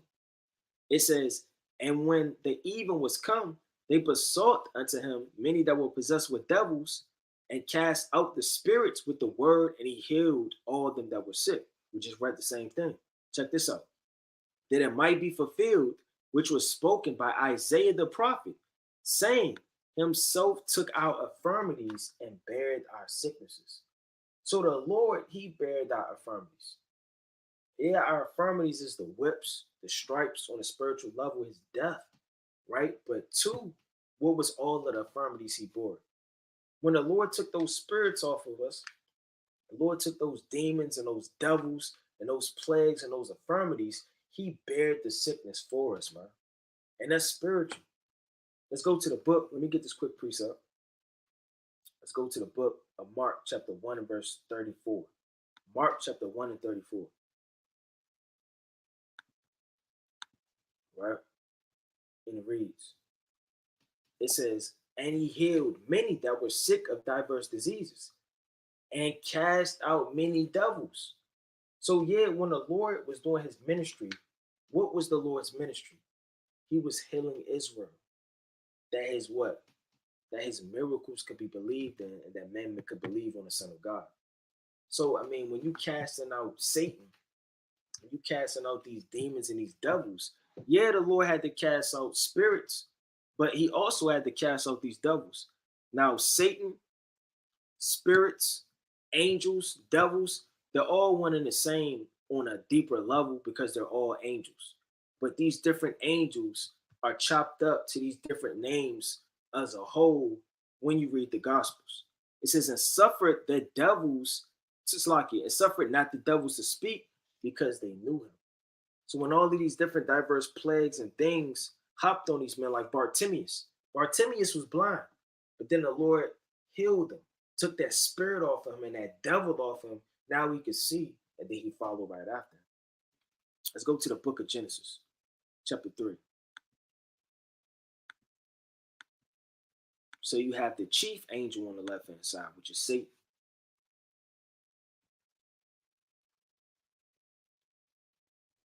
(3 and 23).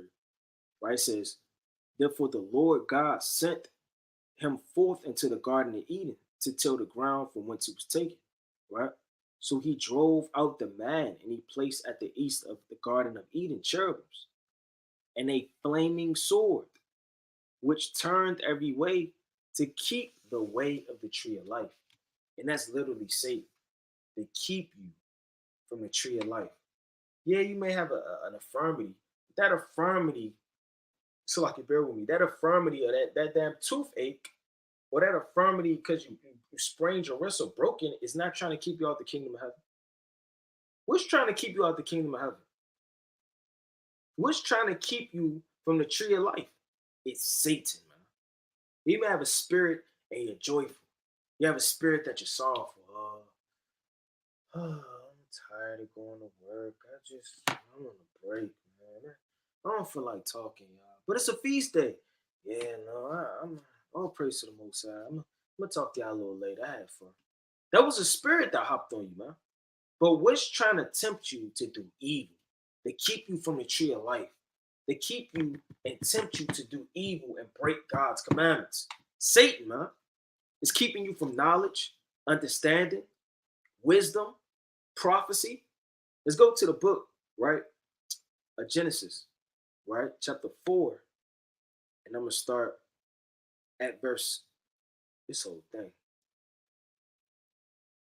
Let's start at verse 15.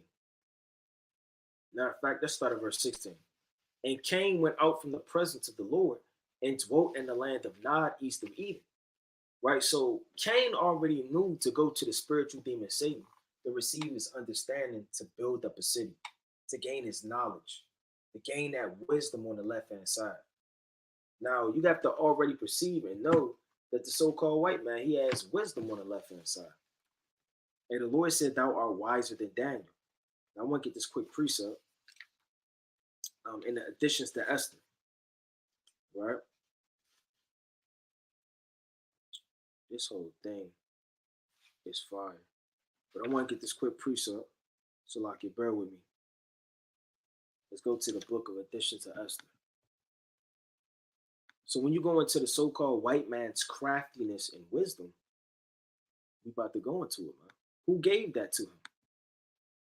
The spiritual thing is Satan. Let's see, we got 10, 11, let's see, 12, probably the 4th chapter. It's kind of split up different. What is Satan?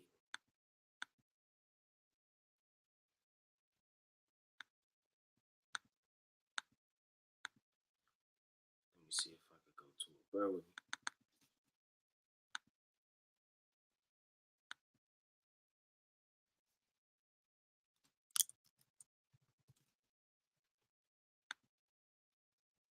Okay, Khan, all praise to the Most High. So this is the book of additions to Esther, chapter 13, and verse number 3. It says, now, when I asked my counselors. So who was the king's counselors? Who was Artaxerxes' counselors? The so-called white man. Now, when I asked my counselors how this might be brought to pass, Aman, which is the so-called white man, that excelled in wisdom among us. So out of all the men of his kingdom, and he ruled over 127 provinces, man, from India all the way to Ethiopia. So this man had a very high kingdom of high renown. And Haman, his wisdom was very high and excelled amongst a lot of people. Because the so-called white man, he's always talking about common denominators, ratios, algebra, science, portions, atoms, cells, science, right? We know the scriptures and the prophecy of the Most High. We're not dabbling into these demonic things and the wisdom of this world, man. How to kill a man with this potion. It says that excelled in wisdom among us and was approved for his consistent goodwill and steadfast fidelity, and had the honor of the second place in the kingdom. So how did he get his second place in the kingdom? By his wisdom, his knowledge, and his understanding. But through his wisdom, his craftiness prospered with that too when you read all the way down, because he's a master manipulator. So don't think that Satan won't use these nations to be crafty and wise too. So when Cain wanted that understanding, who did he go to? The spiritual demon Satan. And Cain came back as what? Esau. Esau is every living demonic demon. Alexander the Great, right? Caesar Borgias, all of the deceitful, cunning craftiness to befall and bewitch your mind, right? It says, vengeance shall be taken upon him sevenfold, and the Lord set a mark upon Cain, lest any finding him should kill him. And Cain went out from the presence of the Lord and dwelt in the land of Nod, east of Eden. And Cain knew his wife, and she conceived and bare Enoch, and he builded a city. How did he build the city? Through the knowledge he was given. Just like Haman was given knowledge. Just like Alexander the Great and the different providences that he chopped up to conquer, that he split through all his 4 generals. The so-called white man, yeah, he's a beast. He's wild, he's off, he's evil, he's demonic, but he's wise as a serpent. And we can't forget that, man. That's why when he smiles in our face, he winks at you, he shakes your hand, he smiles, he tries to give you a hug or a cake or a brownie or a cookie at work, and he folds his handkerchief and wipes your desk for you. But you have to beware of the serpent, because they're cunning craftiness of how smart they are, man. You have to know your enemies, just like you have to know Satan. Satan's just as crafty because he put that spirit in Esau, man. He put that spirit in him. They made a deal with the devil. It says, and called his name of that city after the name of his son Enoch. That's exactly what the so-called white man does. And that's exactly what the devil, so like Satan tried to do to Yahushua. Let's go to the book of Luke chapter 4 and verse 4. So you have devils, which are spirits, and angels, which cause infirmities and plagues of the mind and things to break you down. Then you have spirits, whether you're joyful, happy, it strengthens you, makes you sad. And then you have also what? Satan, the chief angel on the left-hand side, where you make deals with the devil. You could give your soul into. Let's go to the book of Luke, chapter 4, and verse number 4. Right? Now I'm gonna start at 2. It says, being 40 days tempted of the devil. So he was 40 days tempted. And we don't know all the in-depth of the temptation that Satan tried to tempt the Lord with, man. Try to tempt him with having principalities and kingdoms, crowns, glory. May have tried to tempt him with God knows what, man. I'll give you this part of the earth that's never been inhabited for you to rule. I'll do this in the third heaven. I'll make wonders under the earth. I'll do this. I'll do that. I'll have all the angels under your command, for they are mine to give. There's no telling what Satan did or tried to do rather to the Lord. And in those days, he did nothing. It's like he did eat nothing. And when he were ended, he afterward a hunger. And the devil said unto him, if thou be the Son of God, command the stones that they be made bread. So Satan's always called what in the Bible? The tempter. He's called the tempter. Satan. And he wants you and gets you to go off. Now he tempts you to go off. Maybe a spirit to hop on you to make you go off. But then you have certain spirits that you battle by not keeping the law, statutes, and commandments that have you to befall these things. And Yahweh shall answer them, saying, it is written that man shall not live by bread alone, but by every word of God. And the devil taketh him up into a high mountain, and sheweth him all the kingdoms of the world in a moment of time. So you have different spirits that can do different things, bro. Everybody can't see angels like David. Who saw the angels in Jerusalem? David and the elders. What if the Lord didn't behold Samson's cry to carve water to come out of that jawbone, man? So, I mean, different men may bring forth different gifts and different things, just like these different angels. It says, and the devil said unto him, all power will I give thee, and the glory of them, for that is delivered unto me. I'm going to read that again. For that is delivered unto me. Who gave the Satan all of this power? The Most High did. The Most High gave Satan power to do God knows what, man. Things that are too high for us to understand. You have principalities on the earth right now. Let's go to the book. Let me get that real fast. The different principalities on the earth. Let's go to Colossians chapter 1 and verse. I'm going to start at 13. We'll get straight down to the point of 16. I'm going to just start at 16. For by him were all things created, talking about Yahweh, that are in heaven, that are in earth, visible and invisible. So the Lord created different things that are invisible.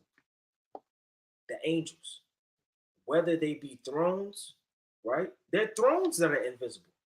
There's a throne that's sitting in Babylon the Great right now. Don't it say that in the book of Revelation, the 16th chapter? Don't that say that in the book of Revelation, the 2nd chapter? There's an invisible throne in Babylon where Satan sits down with the beast. Let's get that real fast. It said visible or invisible, whether they be thrones. So there's invisible thrones. So when you talk about the spirit that Satan can give you to rule, there's a throne somewhere for you, man. Maybe right next to you in your neighboring city that you can't perceive or know. Let's go to the book. Right?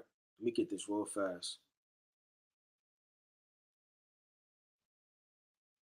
It's Revelation chapter 2 and verse, right? Let me get straight to the point. Verse 12. It says, and to the angel of the church of Pergamos write these things. Saith he which hath a sharp sword with two edges. I know thy works, where thou dwellest, even where Satan's seat is. So Satan has his seat in the Roman Empire. What is a seat? It's a throne.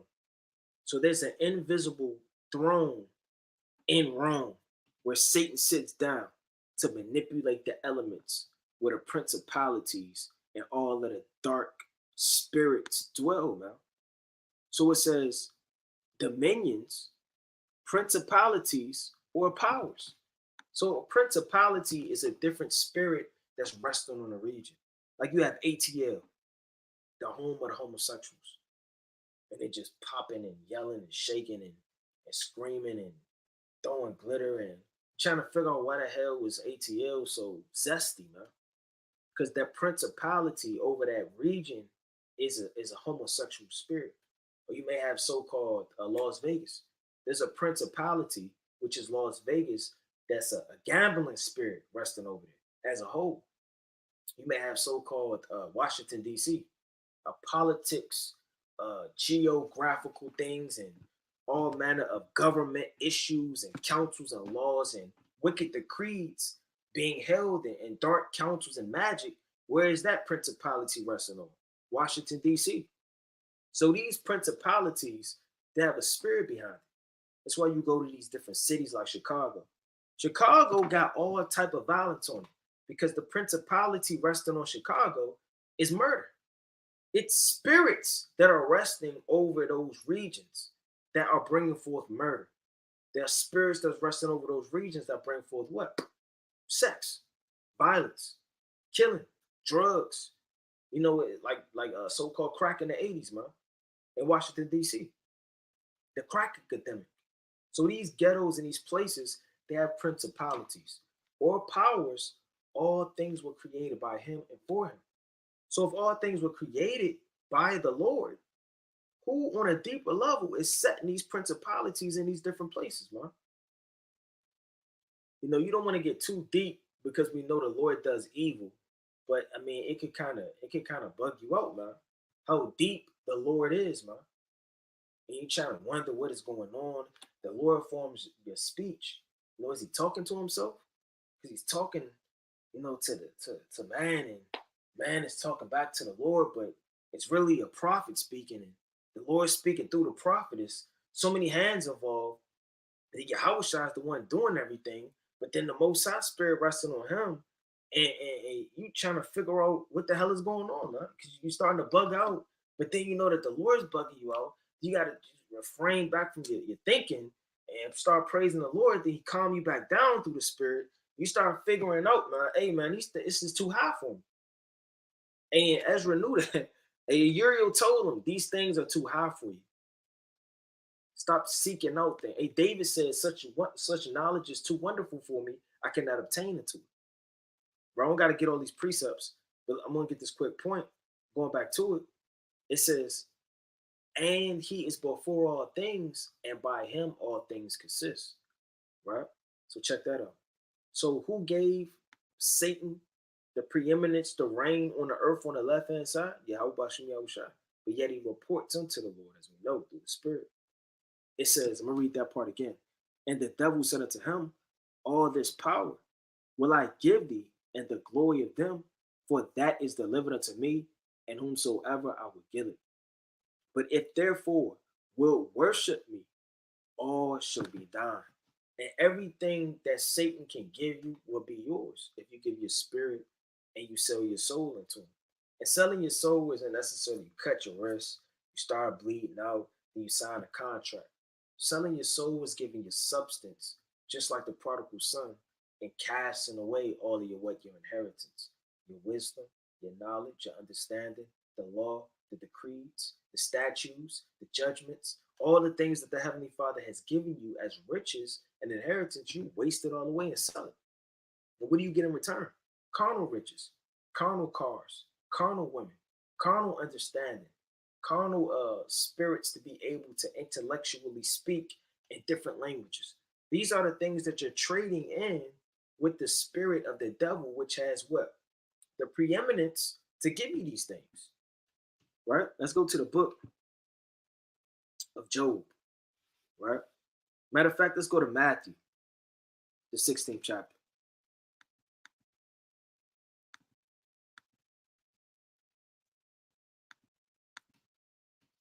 was Matthew chapter 16, right? And I'm going to start at 22. It says, then understood they how they had bade them not beware of the leaven of the bread, but of the doctrine of the Pharisees and of the Sadducees. When Yahushua came into the coast, right, Salaki, is that what I want? I'm going to start at 22. Salaki, bear with me. It says, then Peter took him and began to rebuke him, saying, be it far from thee, Lord, this shall not be unto thee. But he turned and said unto Peter, get thee behind me, Satan. Because the Lord knew that Peter was trying to tempt him. He was getting emotional. And the Lord loved Peter. And you got to perceive Satan when you see Satan. Now you may see somebody just in a cut doing something like cutting themselves. They got spirits on them and legions.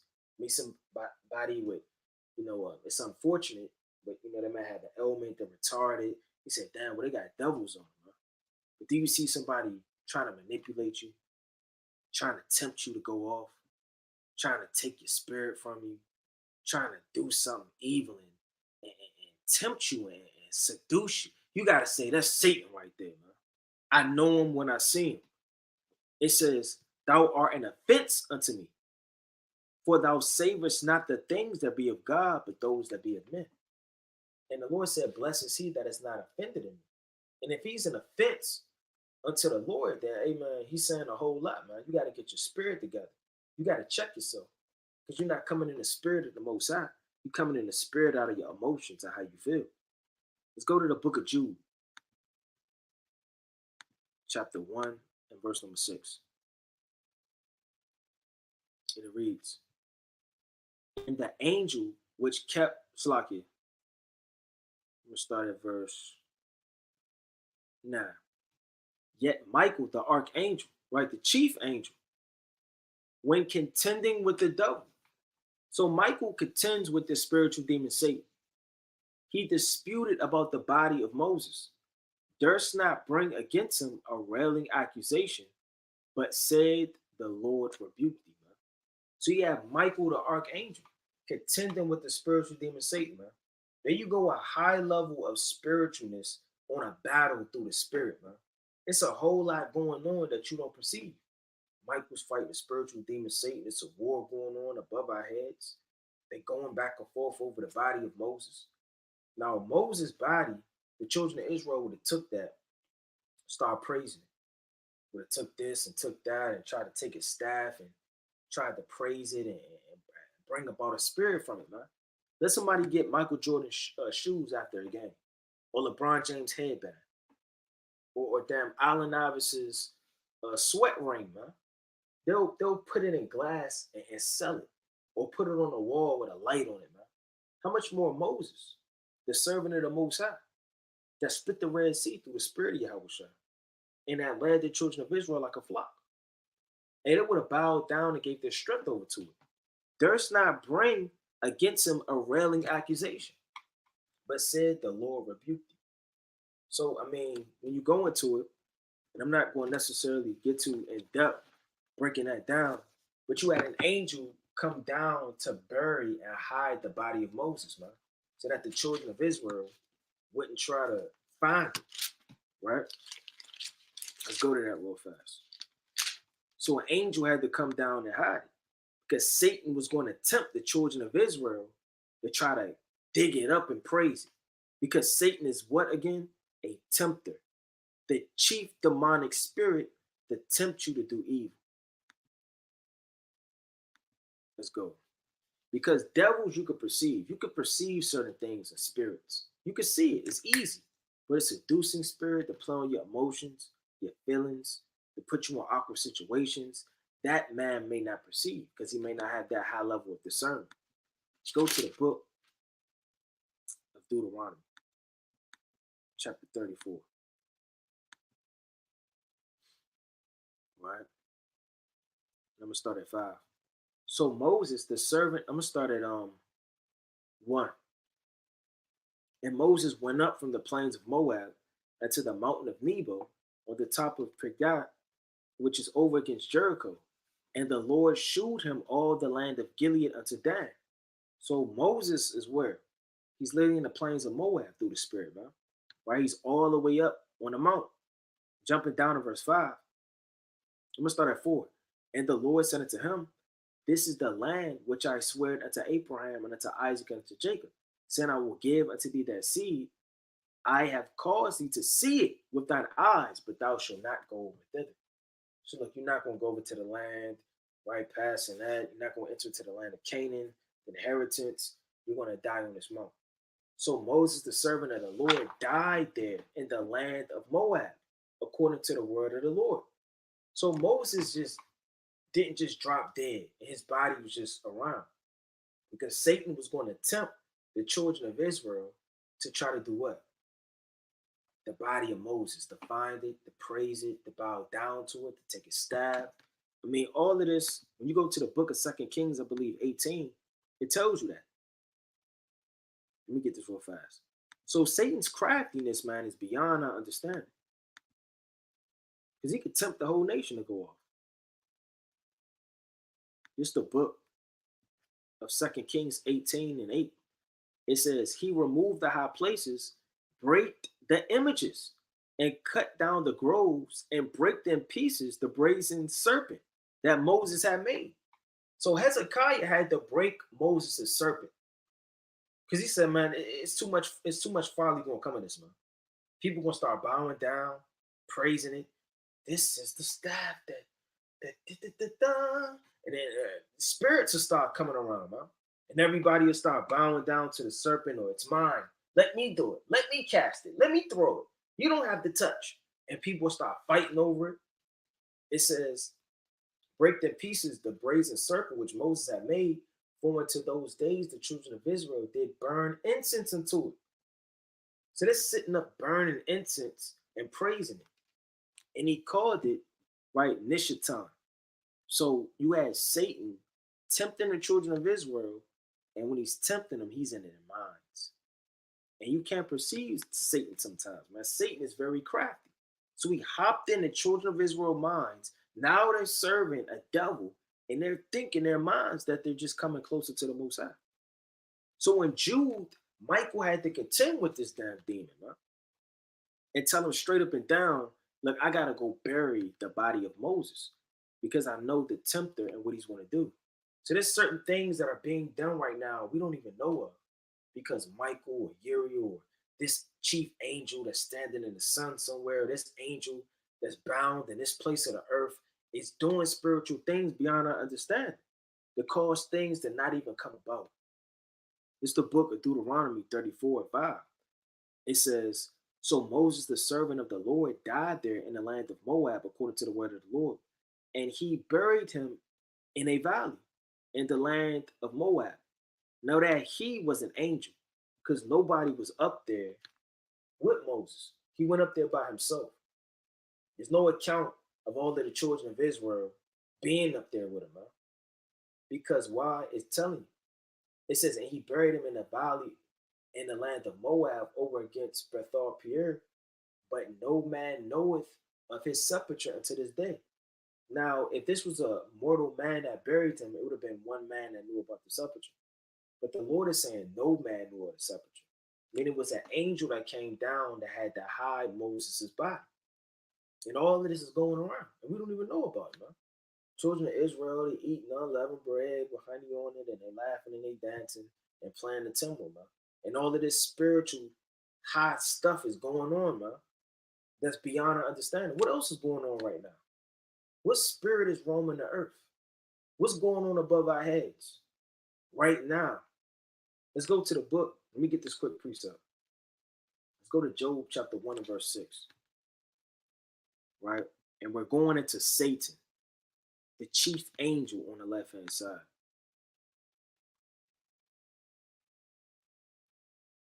It says, now there was a day when the sons of God came to present themselves before the Lord, and Satan came also among them. That's letting you know that Satan is different from the other angels. Satan isn't just every angel. Oh, that was Satan, Satan, Satan. Right, this, Satan, Satan. No, there's angels, right? All of the angels, and then there's Satan, the chief angel. Now, to go even deeper into that, hold on, let me read that again though. I want to get this precept right in the book of Job. Go to the book of Job, right, chapter 38, to go into that. Let's go to Job chapter 38, right, and I'm going to start at verse 6, right? It says, whereupon the foundations thereof fastened, or who laid the cornerstone thereof, when the morning stars sang together, and all the sons of God shouted for joy. Now the morning stars sing when they twinkle. This is in Baruch, the 3rd chapter. So when you see a star twinkling, that's the morning star singing and praising the Most High. And all of the sons, let me see if I can find that quick precept. I don't want to quote everything, but I don't want to pull too many precepts. If I can find that real fast in Baruch, I believe it's the 3rd chapter. Bear with me. Baruch chapter 3 and verse 34. I'm going to start at 33. It says, he that sendeth forth light, and it goeth, calleth it again, and it obeyeth him with fear. So all of the lights obey the Most High with fear. The stars shine in their watches, and rejoiceth when he calleth them. So when the Lord may call a star, or whatever the case may move, or change up the ordinances, whatever the case may be, I believe all the stars move except for the polar star, the North Star. So all of them, they set in their different watches, right? They move in the different seasons and the different constellations. It says they say, where it's like here we be. And so with cheerfulness, they shew light unto him that made it. So all that twinkling is the praising of the Most High.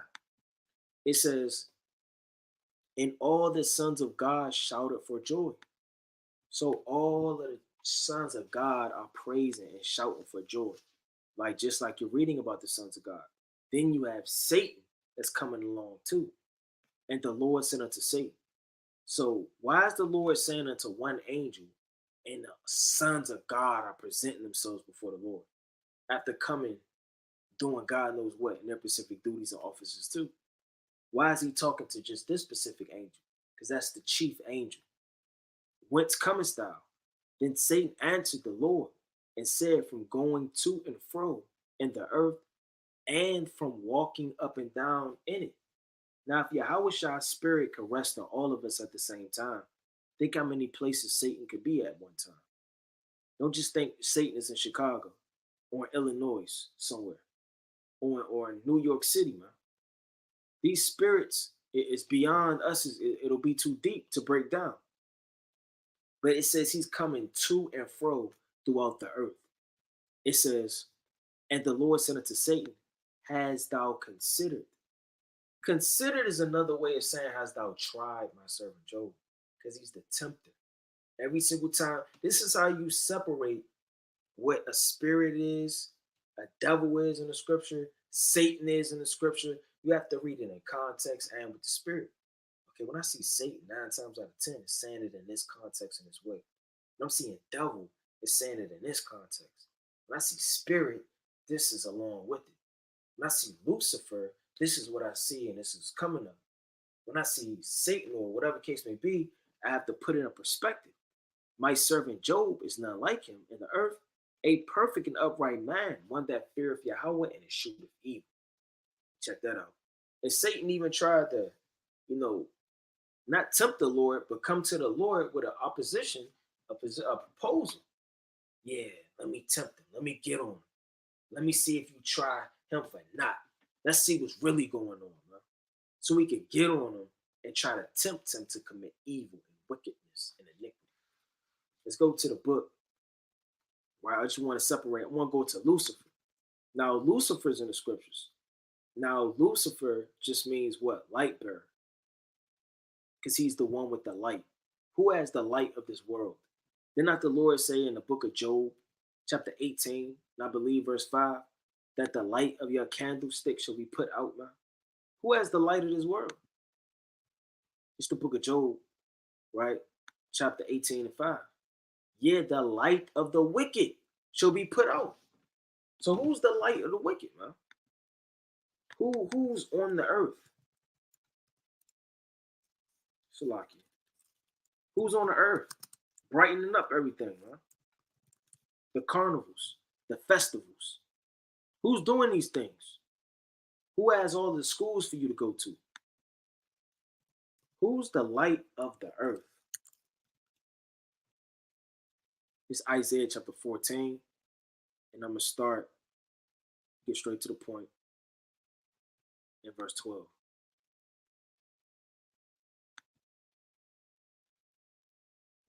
Light bearer. So anybody that bears a light could be Lucifer, man. Shining one, morning star, Lucifer, the king of Babylon and Satan. Check that out. So somebody that has a light will be what? Lucifer, a shining one, a morning star. Right when there's darkness, you don't know what to do, here's the light. Right when you don't know what to study, what language to have, here's the so-called white man with the curriculum, giving you education. Just when you don't know what to laugh at, so-called white man makes comedy, what's funny. Just because you don't know what's going on and how to dress, here's the light of the society, how to dress, the suits, the khakis, the hair being swayed, the different color eyes. He forms a light for you to follow. Because if you're in darkness in this world in Babylon, you're lost. You don't know your nationality. You don't know your race. You don't know what the hell is going on 400 years ago, man, past slavery. You don't know what language you used to speak, the customs you used to have. You don't know 5 kings. You don't know anything. So that little light that you see, you follow it. You thirst after it because you're dark. And the Lord said, thou shalt grope in darkness at noonday, man.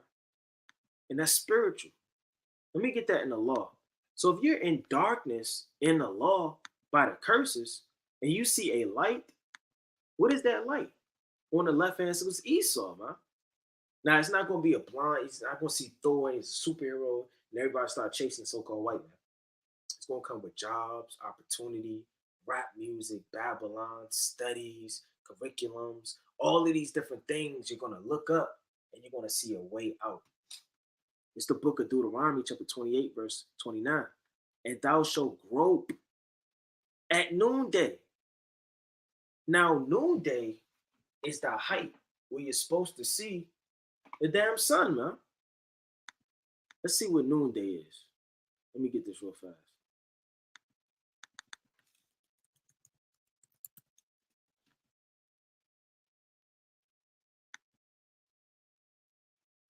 Look at that. Check that out. Noon, man. What's noonday?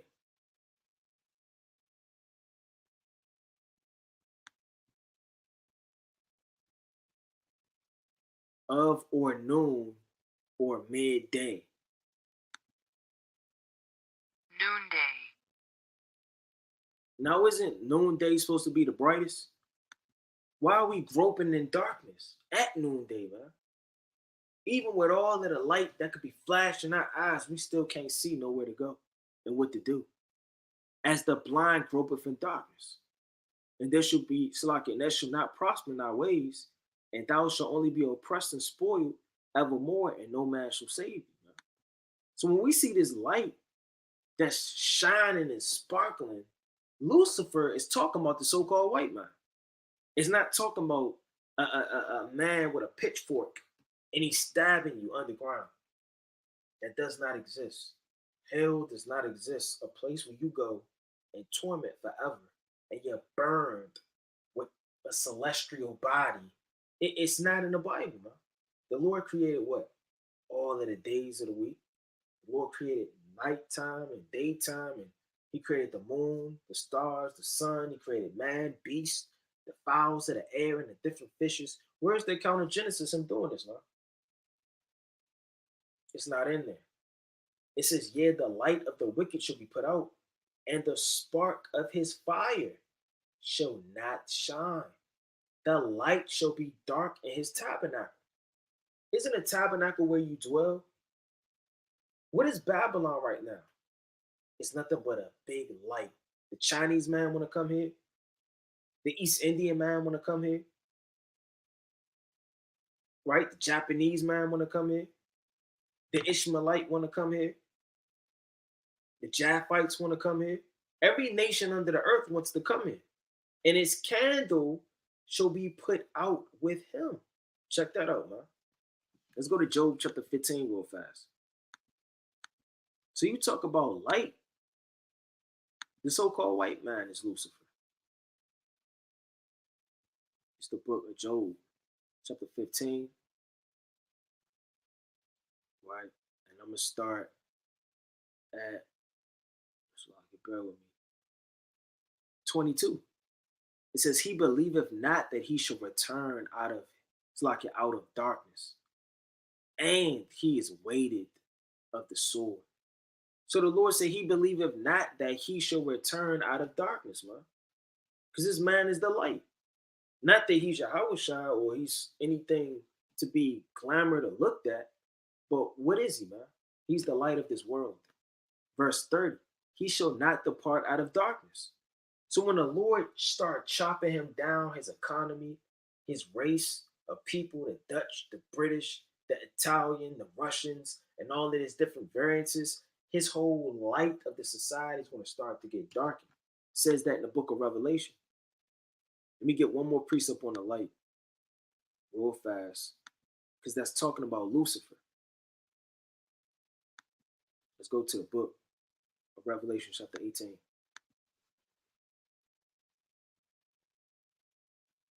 I'm going to start at verse, number 23. And the light of a candlestick shall no more at all in thee, shall shine no more at all in thee. So the Lord told you plain upon tables, man. Babylon got a big old candle shining in it, man. It can't get more plain than that. It's a candle in Babylon shining. And the Lord said, he going to blow it out, man. It's going to be darkness all over the place. And that's the day of judgment. Let me go back to Job real fast. It says, he shall not depart out of darkness. The flame shall drop his branches, and by the breath of his mouth shall he go away. So when you go back to the book, right, of Isaiah, chapter 14 and 12, when you go into that word, Lucifer, that's talking about the so-called white man. Let's go back to it. And yeah, Lucifer is classified in the society as Satan, man. When you go to the book of Luke, let me get this real fast. The book of Luke, chapter 10, verse 18. It says, and he said unto them, I beheld Satan as lightning falling from heaven. Why did the Lord liken Satan unto lightning? And then why is it falling from heaven? Heaven is nothing more than a rulership, a dominion, a power, a kingdom. This is what heaven is. There are multiple heavens. The Lord said that he would shake the heavens of the earth by the hand of Jerubbaal, man, in the book of Haggai, the 2nd chapter, verse 21 all the way down, 22. So Satan is lightning. What is light? He's Lucifer. He's the light of this world. That's the lightning. And it's coming down from heaven. It's going to fall from heaven. Yahushua is quoting the same thing that Isaiah is saying. Let's go back to Isaiah chapter 14 and verse 12. How art thou fallen from heaven, O Lucifer? Lucifer is what? It's the light. It's the same thing Yahushua is saying. So when you go to Yahushua is always quoting Isaiah. He's quoting a lot of the prophets, man. You understand? So does Paul. So these men know the law. Of course, Yahushua does. Paul knows the law. He studied the law. He was brought up in the schools and synagogues, man. So these men, they studied the scriptures, right? The Tanakh and the Torah. So it says, son of the morning. Check that out. How art thou cut down to the ground, which did weaken the nations? So when the Lord is going into it, it says what? And he said unto them, I beheld Satan as lightning falling from heaven, the so-called white man falling from his high authority, which is Lucifer. Behold, I give unto you power to tread on serpents. Who is he talking to? The 70, right? The elders, sending them out by twos. So he gave those men spiritual powers to cast out devils and demons. It says, and scorpions, and over all the power of the enemy, and nothing by show. It's like a show by any means hurt you. Notwithstanding. Now, you know that that's different from Satan, because Satan hopped on Peter. So if nothing could hurt them and stop them, there had to be a difference between Satan and devils. Notwithstanding, in this rejoice not, that the spirits are subject unto you. Check that out. You can't just tell, no matter if you're the elect walking the earth, or you could even be one of the 12. You can't tell Satan to just leave you alone, man, because he's going to forever tempt you until the kingdom comes. But you could tell these spirits what to do. And brothers may tell, not necessarily me, but brothers may tell a spirit to bow down, then they bow down. They may tell a spirit to shut up, man. Shut up and bow down. Yes, Son of God, the true Hebrew Israelites of the Bible. Then they start to bow down, man. Say, look, hey, man, shut up. Like, hey, be quiet. Hey, stop talking. Hey, bow down. Hey, kiss the boot, man. Then they start bowing down. These spirits don't listen to you. And then the spirit say, Paul I know, Yahweh I know, but who are ye? It say, notwithstanding, and this rejoice not, that the spirits are subject unto you, but rather rejoice because your names are written in heaven. Check that out. Right? Now, let's go to the book of Revelation, the 6th chapter. Now, through the Spirit, I don't know how much longer I'm going to go, but we done touched on Lucifer. We done touched on spirits being flames of fire. We done went into the spiritual aspect of the angels being priests, the angels being prophets and giving you visions on a spiritual level. We broke down who Satan was, the chief angel, how he's different from devils. And we went into different angels that protect you and angels that cast forth destruction. Now, you have different angels that rest in the third heaven, right? Let's go to the book of Revelation. Matter of fact, let's go to Revelation chapter 4 and verse number 1.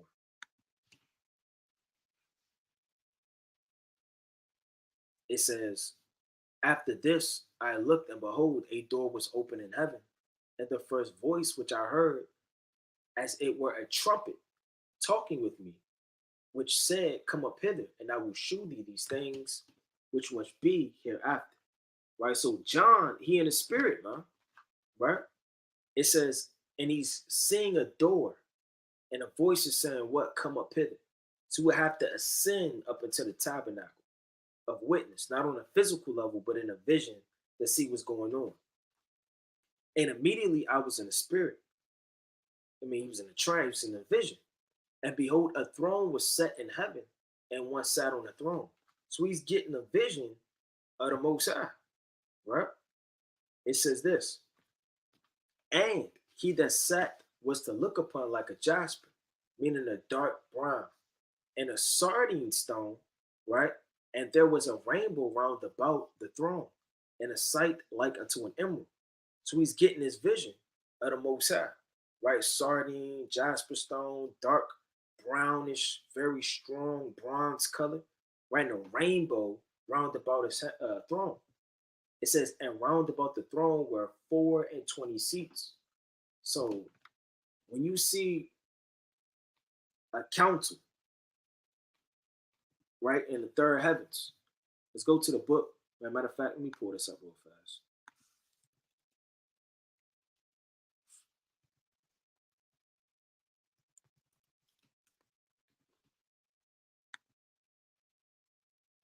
So you would have something like this. Now, it wouldn't necessarily be like this. You understand, but for the sake of painting a picture, let me see if I can zoom in a little bit more. You would have like the Most High seat in Yahushua right in the midst. And you would have 24 elders round about the throne. Check that out, man. Like, if you could see this, That'll be mighty. We don't know what's going on in the third heaven right now, right? Let's go back to it. It says, and I saw 24 elders sitting clothed in white raiment, and they had on their heads crowns of gold. So this is the account where it says they has crowns on. So these 24 elders are angels. These are angels. We know that they're angels. How do we know that they're angels? When you go to the book of Revelation, Revelation 7. Let's go to Revelation 7. Then let's go to 2nd Esdras, the 2nd chapter. The Lord's going to tell you they're angels in the spirit through the precepts.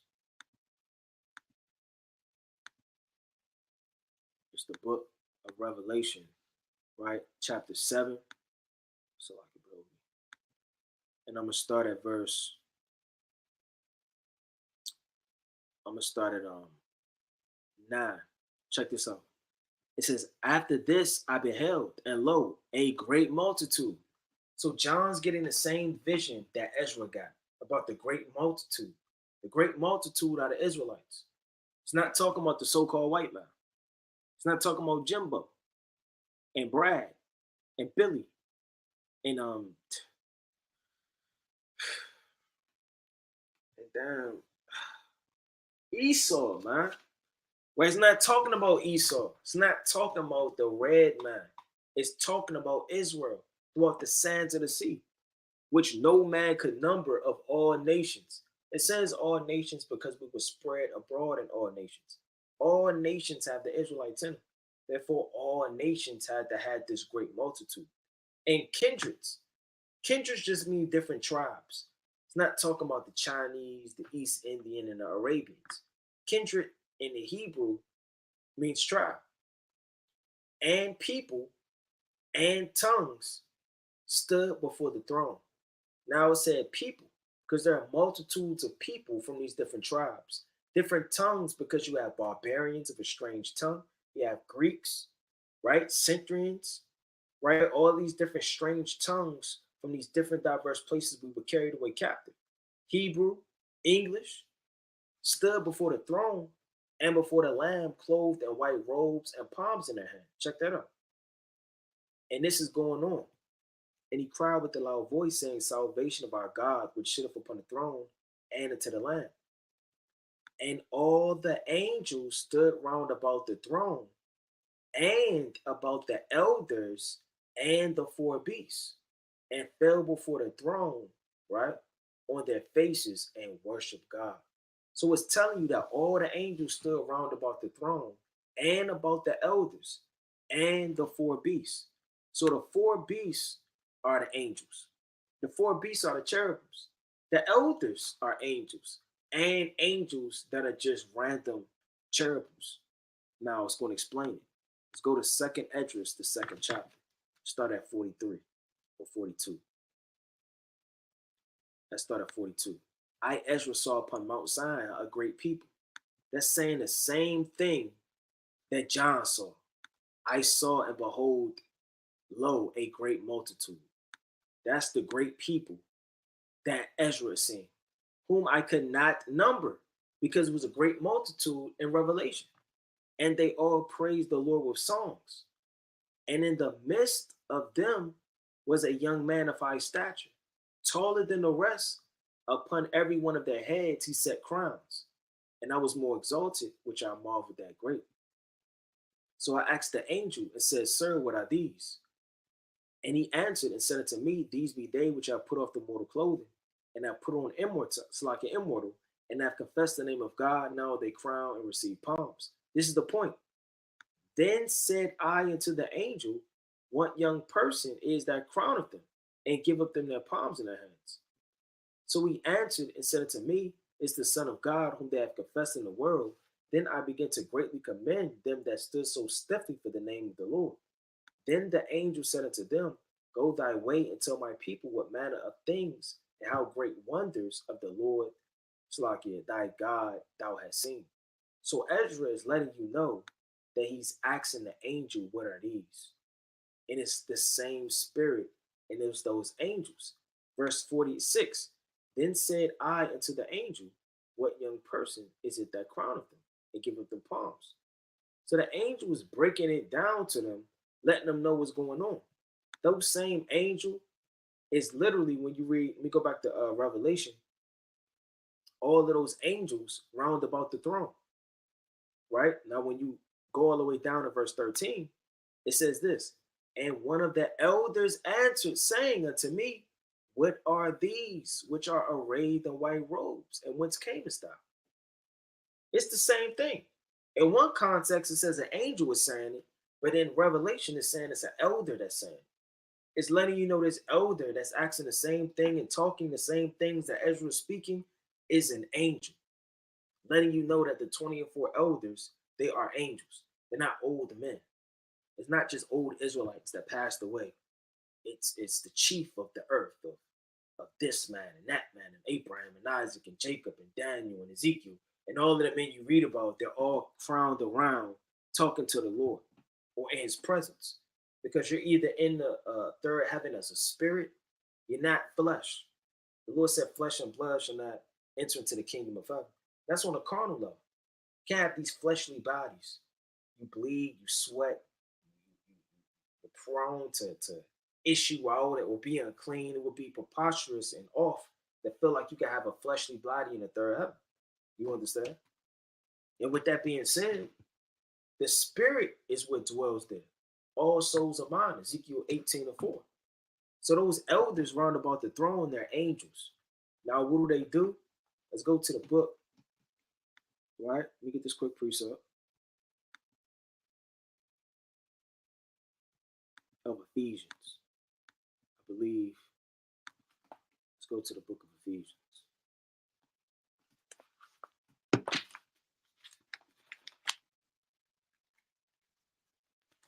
Right? Let's go to the mighty book of Ephesians.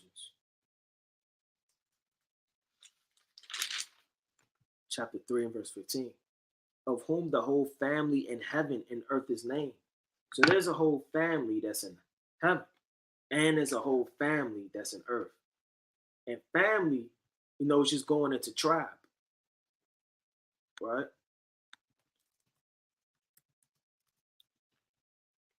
Let me get this quick precept, quick etymology. So there's a nation or tribe, lineage, group of family. Check that out. So the angels are known as a family in the third heaven, and as a family on earth. So when the angel said in the book of Revelation, the 19th chapter, for I also am thy brethren, that's spiritual, man. They're the spiritual sons of God.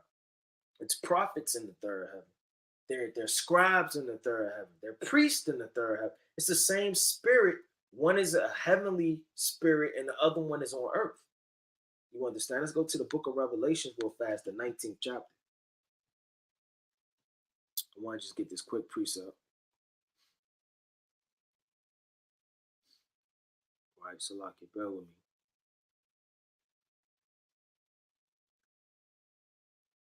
All right.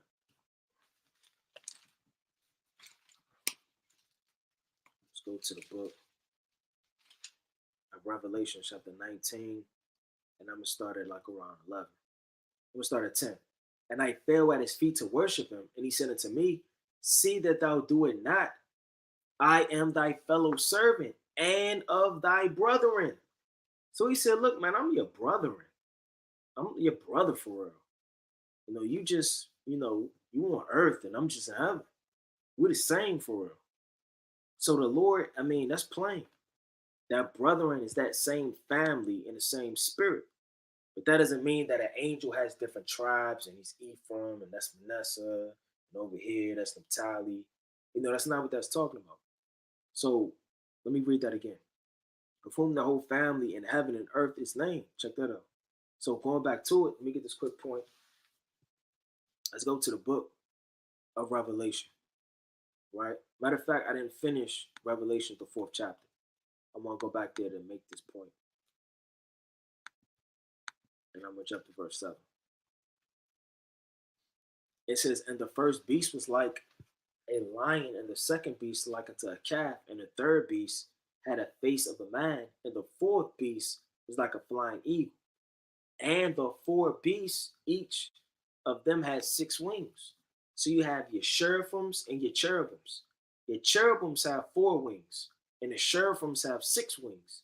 Now they're diverse from their different offices, because the cherubims they praise the Lord nonstop, saying, "Holy, holy, holy, holy, holy, Lord God Almighty, which was and is to come."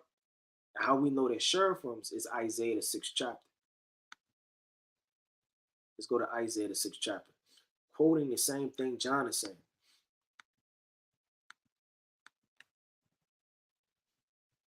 It's Isaiah chapter 6 and verse 1. And in the year that King Uzziah died, I saw also the Lord sitting upon a throne, high and lifted up, and his train filled the temple. And above it stood the cherubims, each one of them having 6 wings, which twain he covered his face, and with twain did he cover his feet, and with twain did he fly. And one cried unto another, saying, "Holy, holy, holy is the Lord of hosts. The whole earth is full of his glory." So these angels are just praising the Lord. I mean, on your best day, when you sweating, you shaking the hand, you popped it out of the joint, it's raining, you getting soaked, you on fire, you praying, you reading, you fasting, you going into the prophecies, you can't stop teaching, you can't stop leading, you can't stop exhortating, you can't stop giving counsel, right? You prophesying in your sleep. You'll never outdo the angels, man. This is just a different spirit. So these angels 24/7, 7 days a week, all day, non-stop, praising the Heavenly Father. And you got different angels. Let's go to Revelation chapter 19 and verse number 2, I believe. So what's a lot going on in the third heaven, man? The little that we do know. It's Revelations 19 and verse number 1. I'm going to start at. And after these things, I heard a great voice of much people in heaven saying, "Hallelujah. Salvation and glory and honor and power unto the Lord our God." So you got angels saying hallelujah, salvation and glory, holy, holy, holy. Like it's like a turn, they turning up, man. And then when you have people coming into the truth, like when you read Luke, the 15th chapter, they're turning up again. And I mean, what else isn't written that they're turning up doing? It may sound like commotion, but I'm pretty sure it's all in unison. It's all in the spirit. It's all in due time. It's all through the spirit of the Most High, making perfect sense on one accord. Right? It says this, "For true and righteous are his judgments, for they have judged the great whore." So when Babylon gets judged, you're going to have these angels turning up, man. When destruction is going on in the earth, the whole multitude of angels in the third heaven are going to be dancing, turning up, saying, "Hallelujah, hallelujah, salvation." They can't wait to be there for the children of Israel, man. They can't wait I want to see an angel, man. And the angels are going to be on earth. I mean, they're already on earth. But I want to get this quick point. I'm going to read this and then I'm going to get this quick point. "For true and righteous are his judgments, where he have judged the great whore, which did corrupt the earth with her fornication, and have avenged the blood of his servants at her hand. And again they said, Hallelujah, and her smoke rose up forever and ever." And they're just praising the Lord, man. And the 24 elders and the 4 beasts fell down and worshiped God. So when Babylon's getting destroyed, you're going to have an innumerable multitude of angels praising the Lord, turning up. The 4 beasts, they're going to be bowing down. Yahweh Shah hopped off the throne.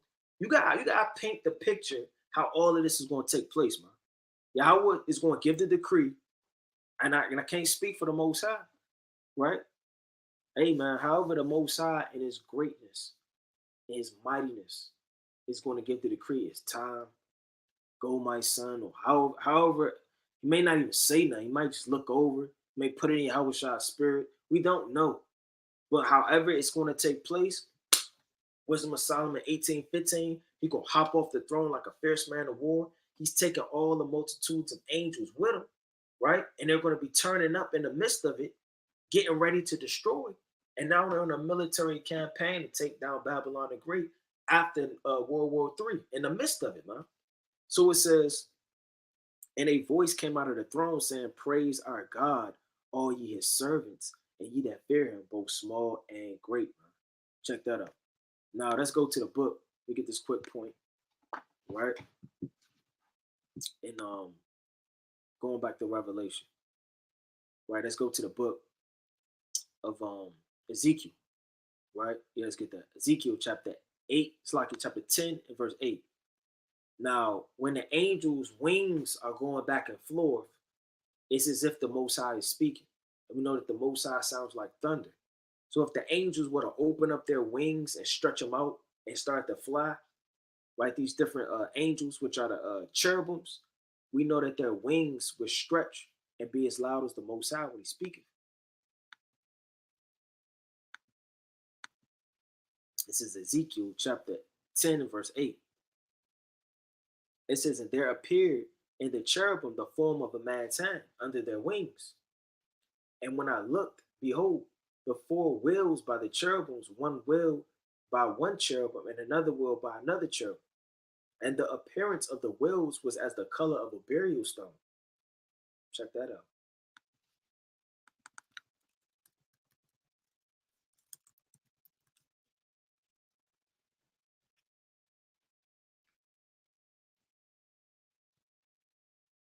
That's exactly how they look.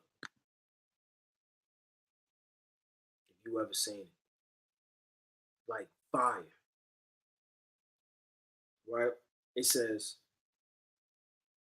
and the appearance of their Slakia, they four had one likeness as a wheel had been in the midst of a wheel. Now I want to jump to verse 5 is the point. And the sound of the cherubim's wings was heard even to the outer court, as the voice of the Almighty when he's speaking. So the cherubims was so loud, you can hear it outside the tabernacle of witness. That's what it's saying. And it was like the Most High when he's speaking, which is thunders and lightning and vengeance. So when these angels is on the move, man, and they come down, you ain't gonna be able to hear them. They're gonna blow a physical trumpet that you're gonna hear, which is the last trump. It's gonna be bombs and people gonna be going deaf. They're gonna be screaming. Man, these angels are something serious, man. Let's go to the book. I'm gonna get this quick precept, right? Let's go to the book of Revelations, the 16th chapter. Right? Most High willing, we can in-depthly do a breakdown specifically just on these beasts, or specifically on the heavenly Sanhedrin, or specifically on the vowels and the trumpets, to extend a lesson through the spirit, because there's so much to touch on. But nevertheless, this is just a couple of offices of these different angels in the spirit that they move in, man. It says, this is the book of Revelation 16 and 1. And I heard a great voice out of the temple saying unto the seven angels. Check that out. So you have the seven angels that have the trumpets and the seven angels that have the vials. They're the same exact thing.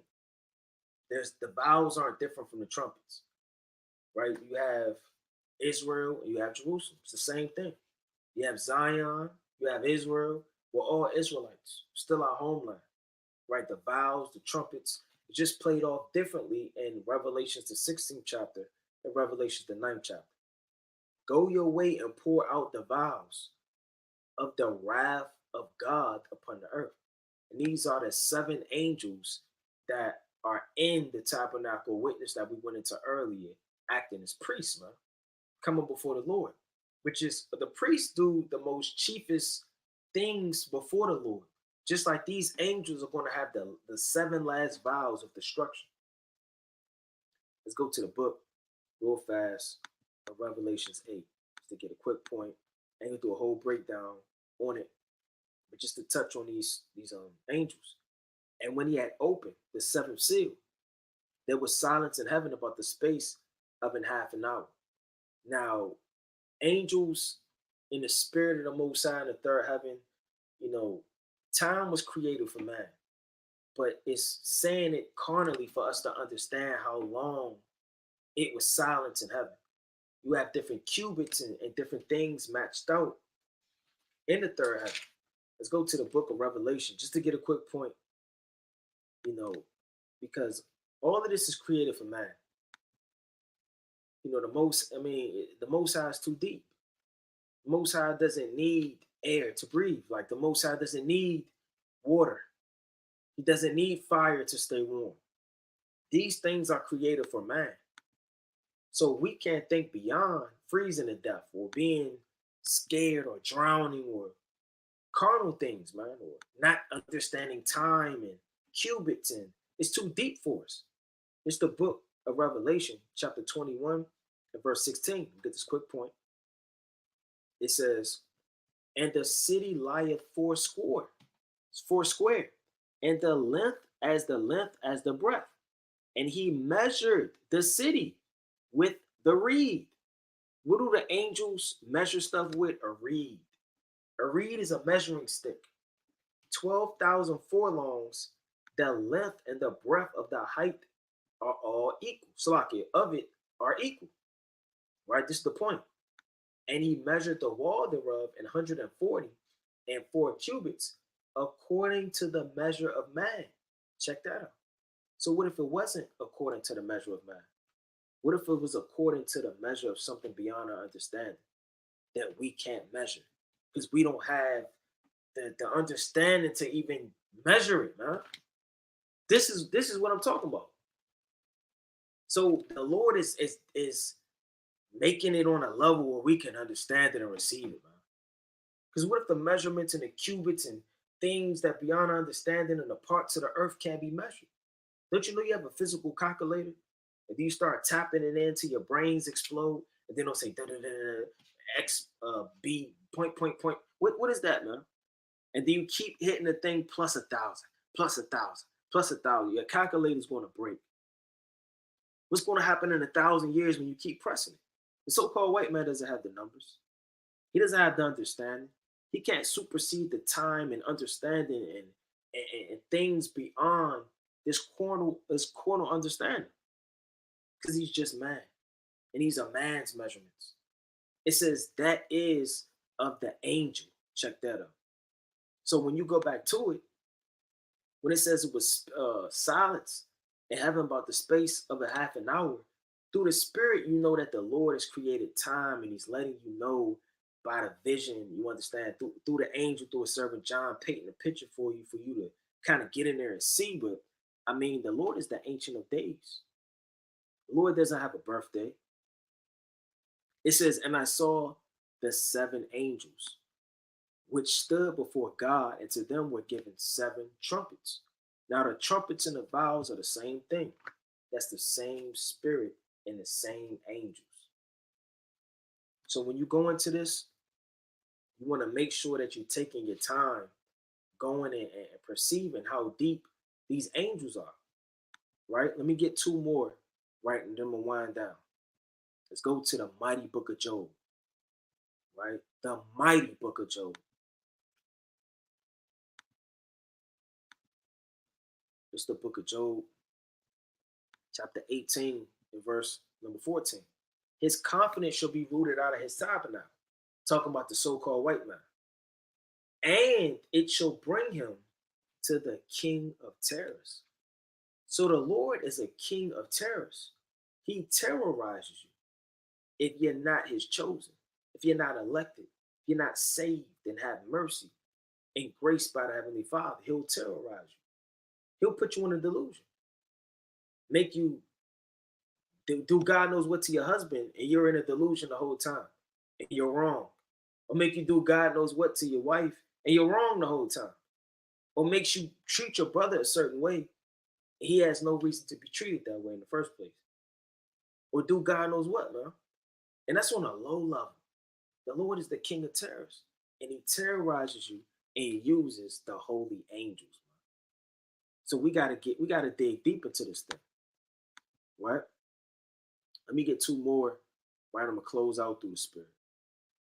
Right, let's go to the book of Revelation, chapter 3, and verse number 5. And then I'm going to jump to Revelation, chapter 3, and verse number 2. It's the book of Revelation, chapter 3 and 5.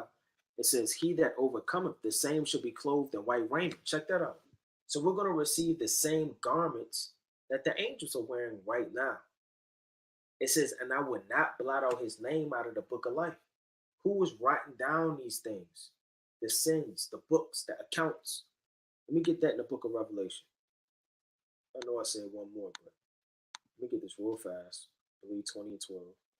It says, and I saw the dead, small and great, stand before God. This is talking about the resurrection. So you're going to have a resurrection of the just and a resurrection of condemnation and destruction. And the books were open. All of the books are going to be open. And that's not talking about a Webster dictionary, man. Everything you've done in your life, you're going to have to answer to if it's not blotted out. And it'll only be blotted out if you repent. And another book was open, which was the book of life. And the dead were judged out of those things which were written in the books according to their works. So you may have angels that they're organizing books in the third. We don't know what's going on, man. This is too deep, right? Bringing it up before the Lord, these accounts, the Lord, it may be spiritually in a book, but these books are physical records, right? And that's where the so-called white man get the long road, and then he pulls the lever, and then you go all the way down to so-called hell, man. That's not in the Bible.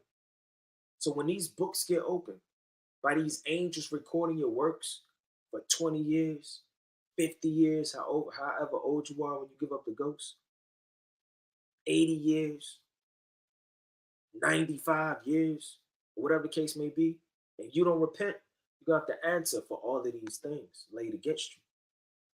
It says, and I will confess his name before my Father and before his angels. Check that out. Then I'm going to go to verse number 3. Remember, therefore, how thou hast received and heard. So Yahweh Shai is telling you to remember the prophecy, the law, and everything that has built you up thus far, and hold fast and repent. Why? So your name could be remaining in the book of life. Because your name might very well be in the book of life right now. You may be watching right now and writing down notes, or just trying to stay in the spirit, or just trying to gain a little bit more understanding, or brush up on the understanding you already have. You understand? And your name's in the book of life right now. And it'll only be removed if you don't repent.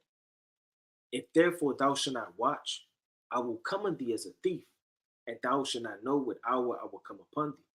So if you don't repent and get your spirit together, the Lord is going to send, you understand, Yahweh Shai HaMashiach through the hand of the angels to destroy you, kill you, manipulate you, give you over to a strong delusion, and sift you out of this truth. So most High willing, this was edifying through the spirit, going over the precepts, the account to the angels, all the responsibilities and the things that are going on in the third heaven that the Most High has revealed into his servants, the prophets. But with that, I want to close out, giving all honor and glory to the Most High God, Yahweh, by Hashem HaMashiach, Malak Yahushua. Shalom.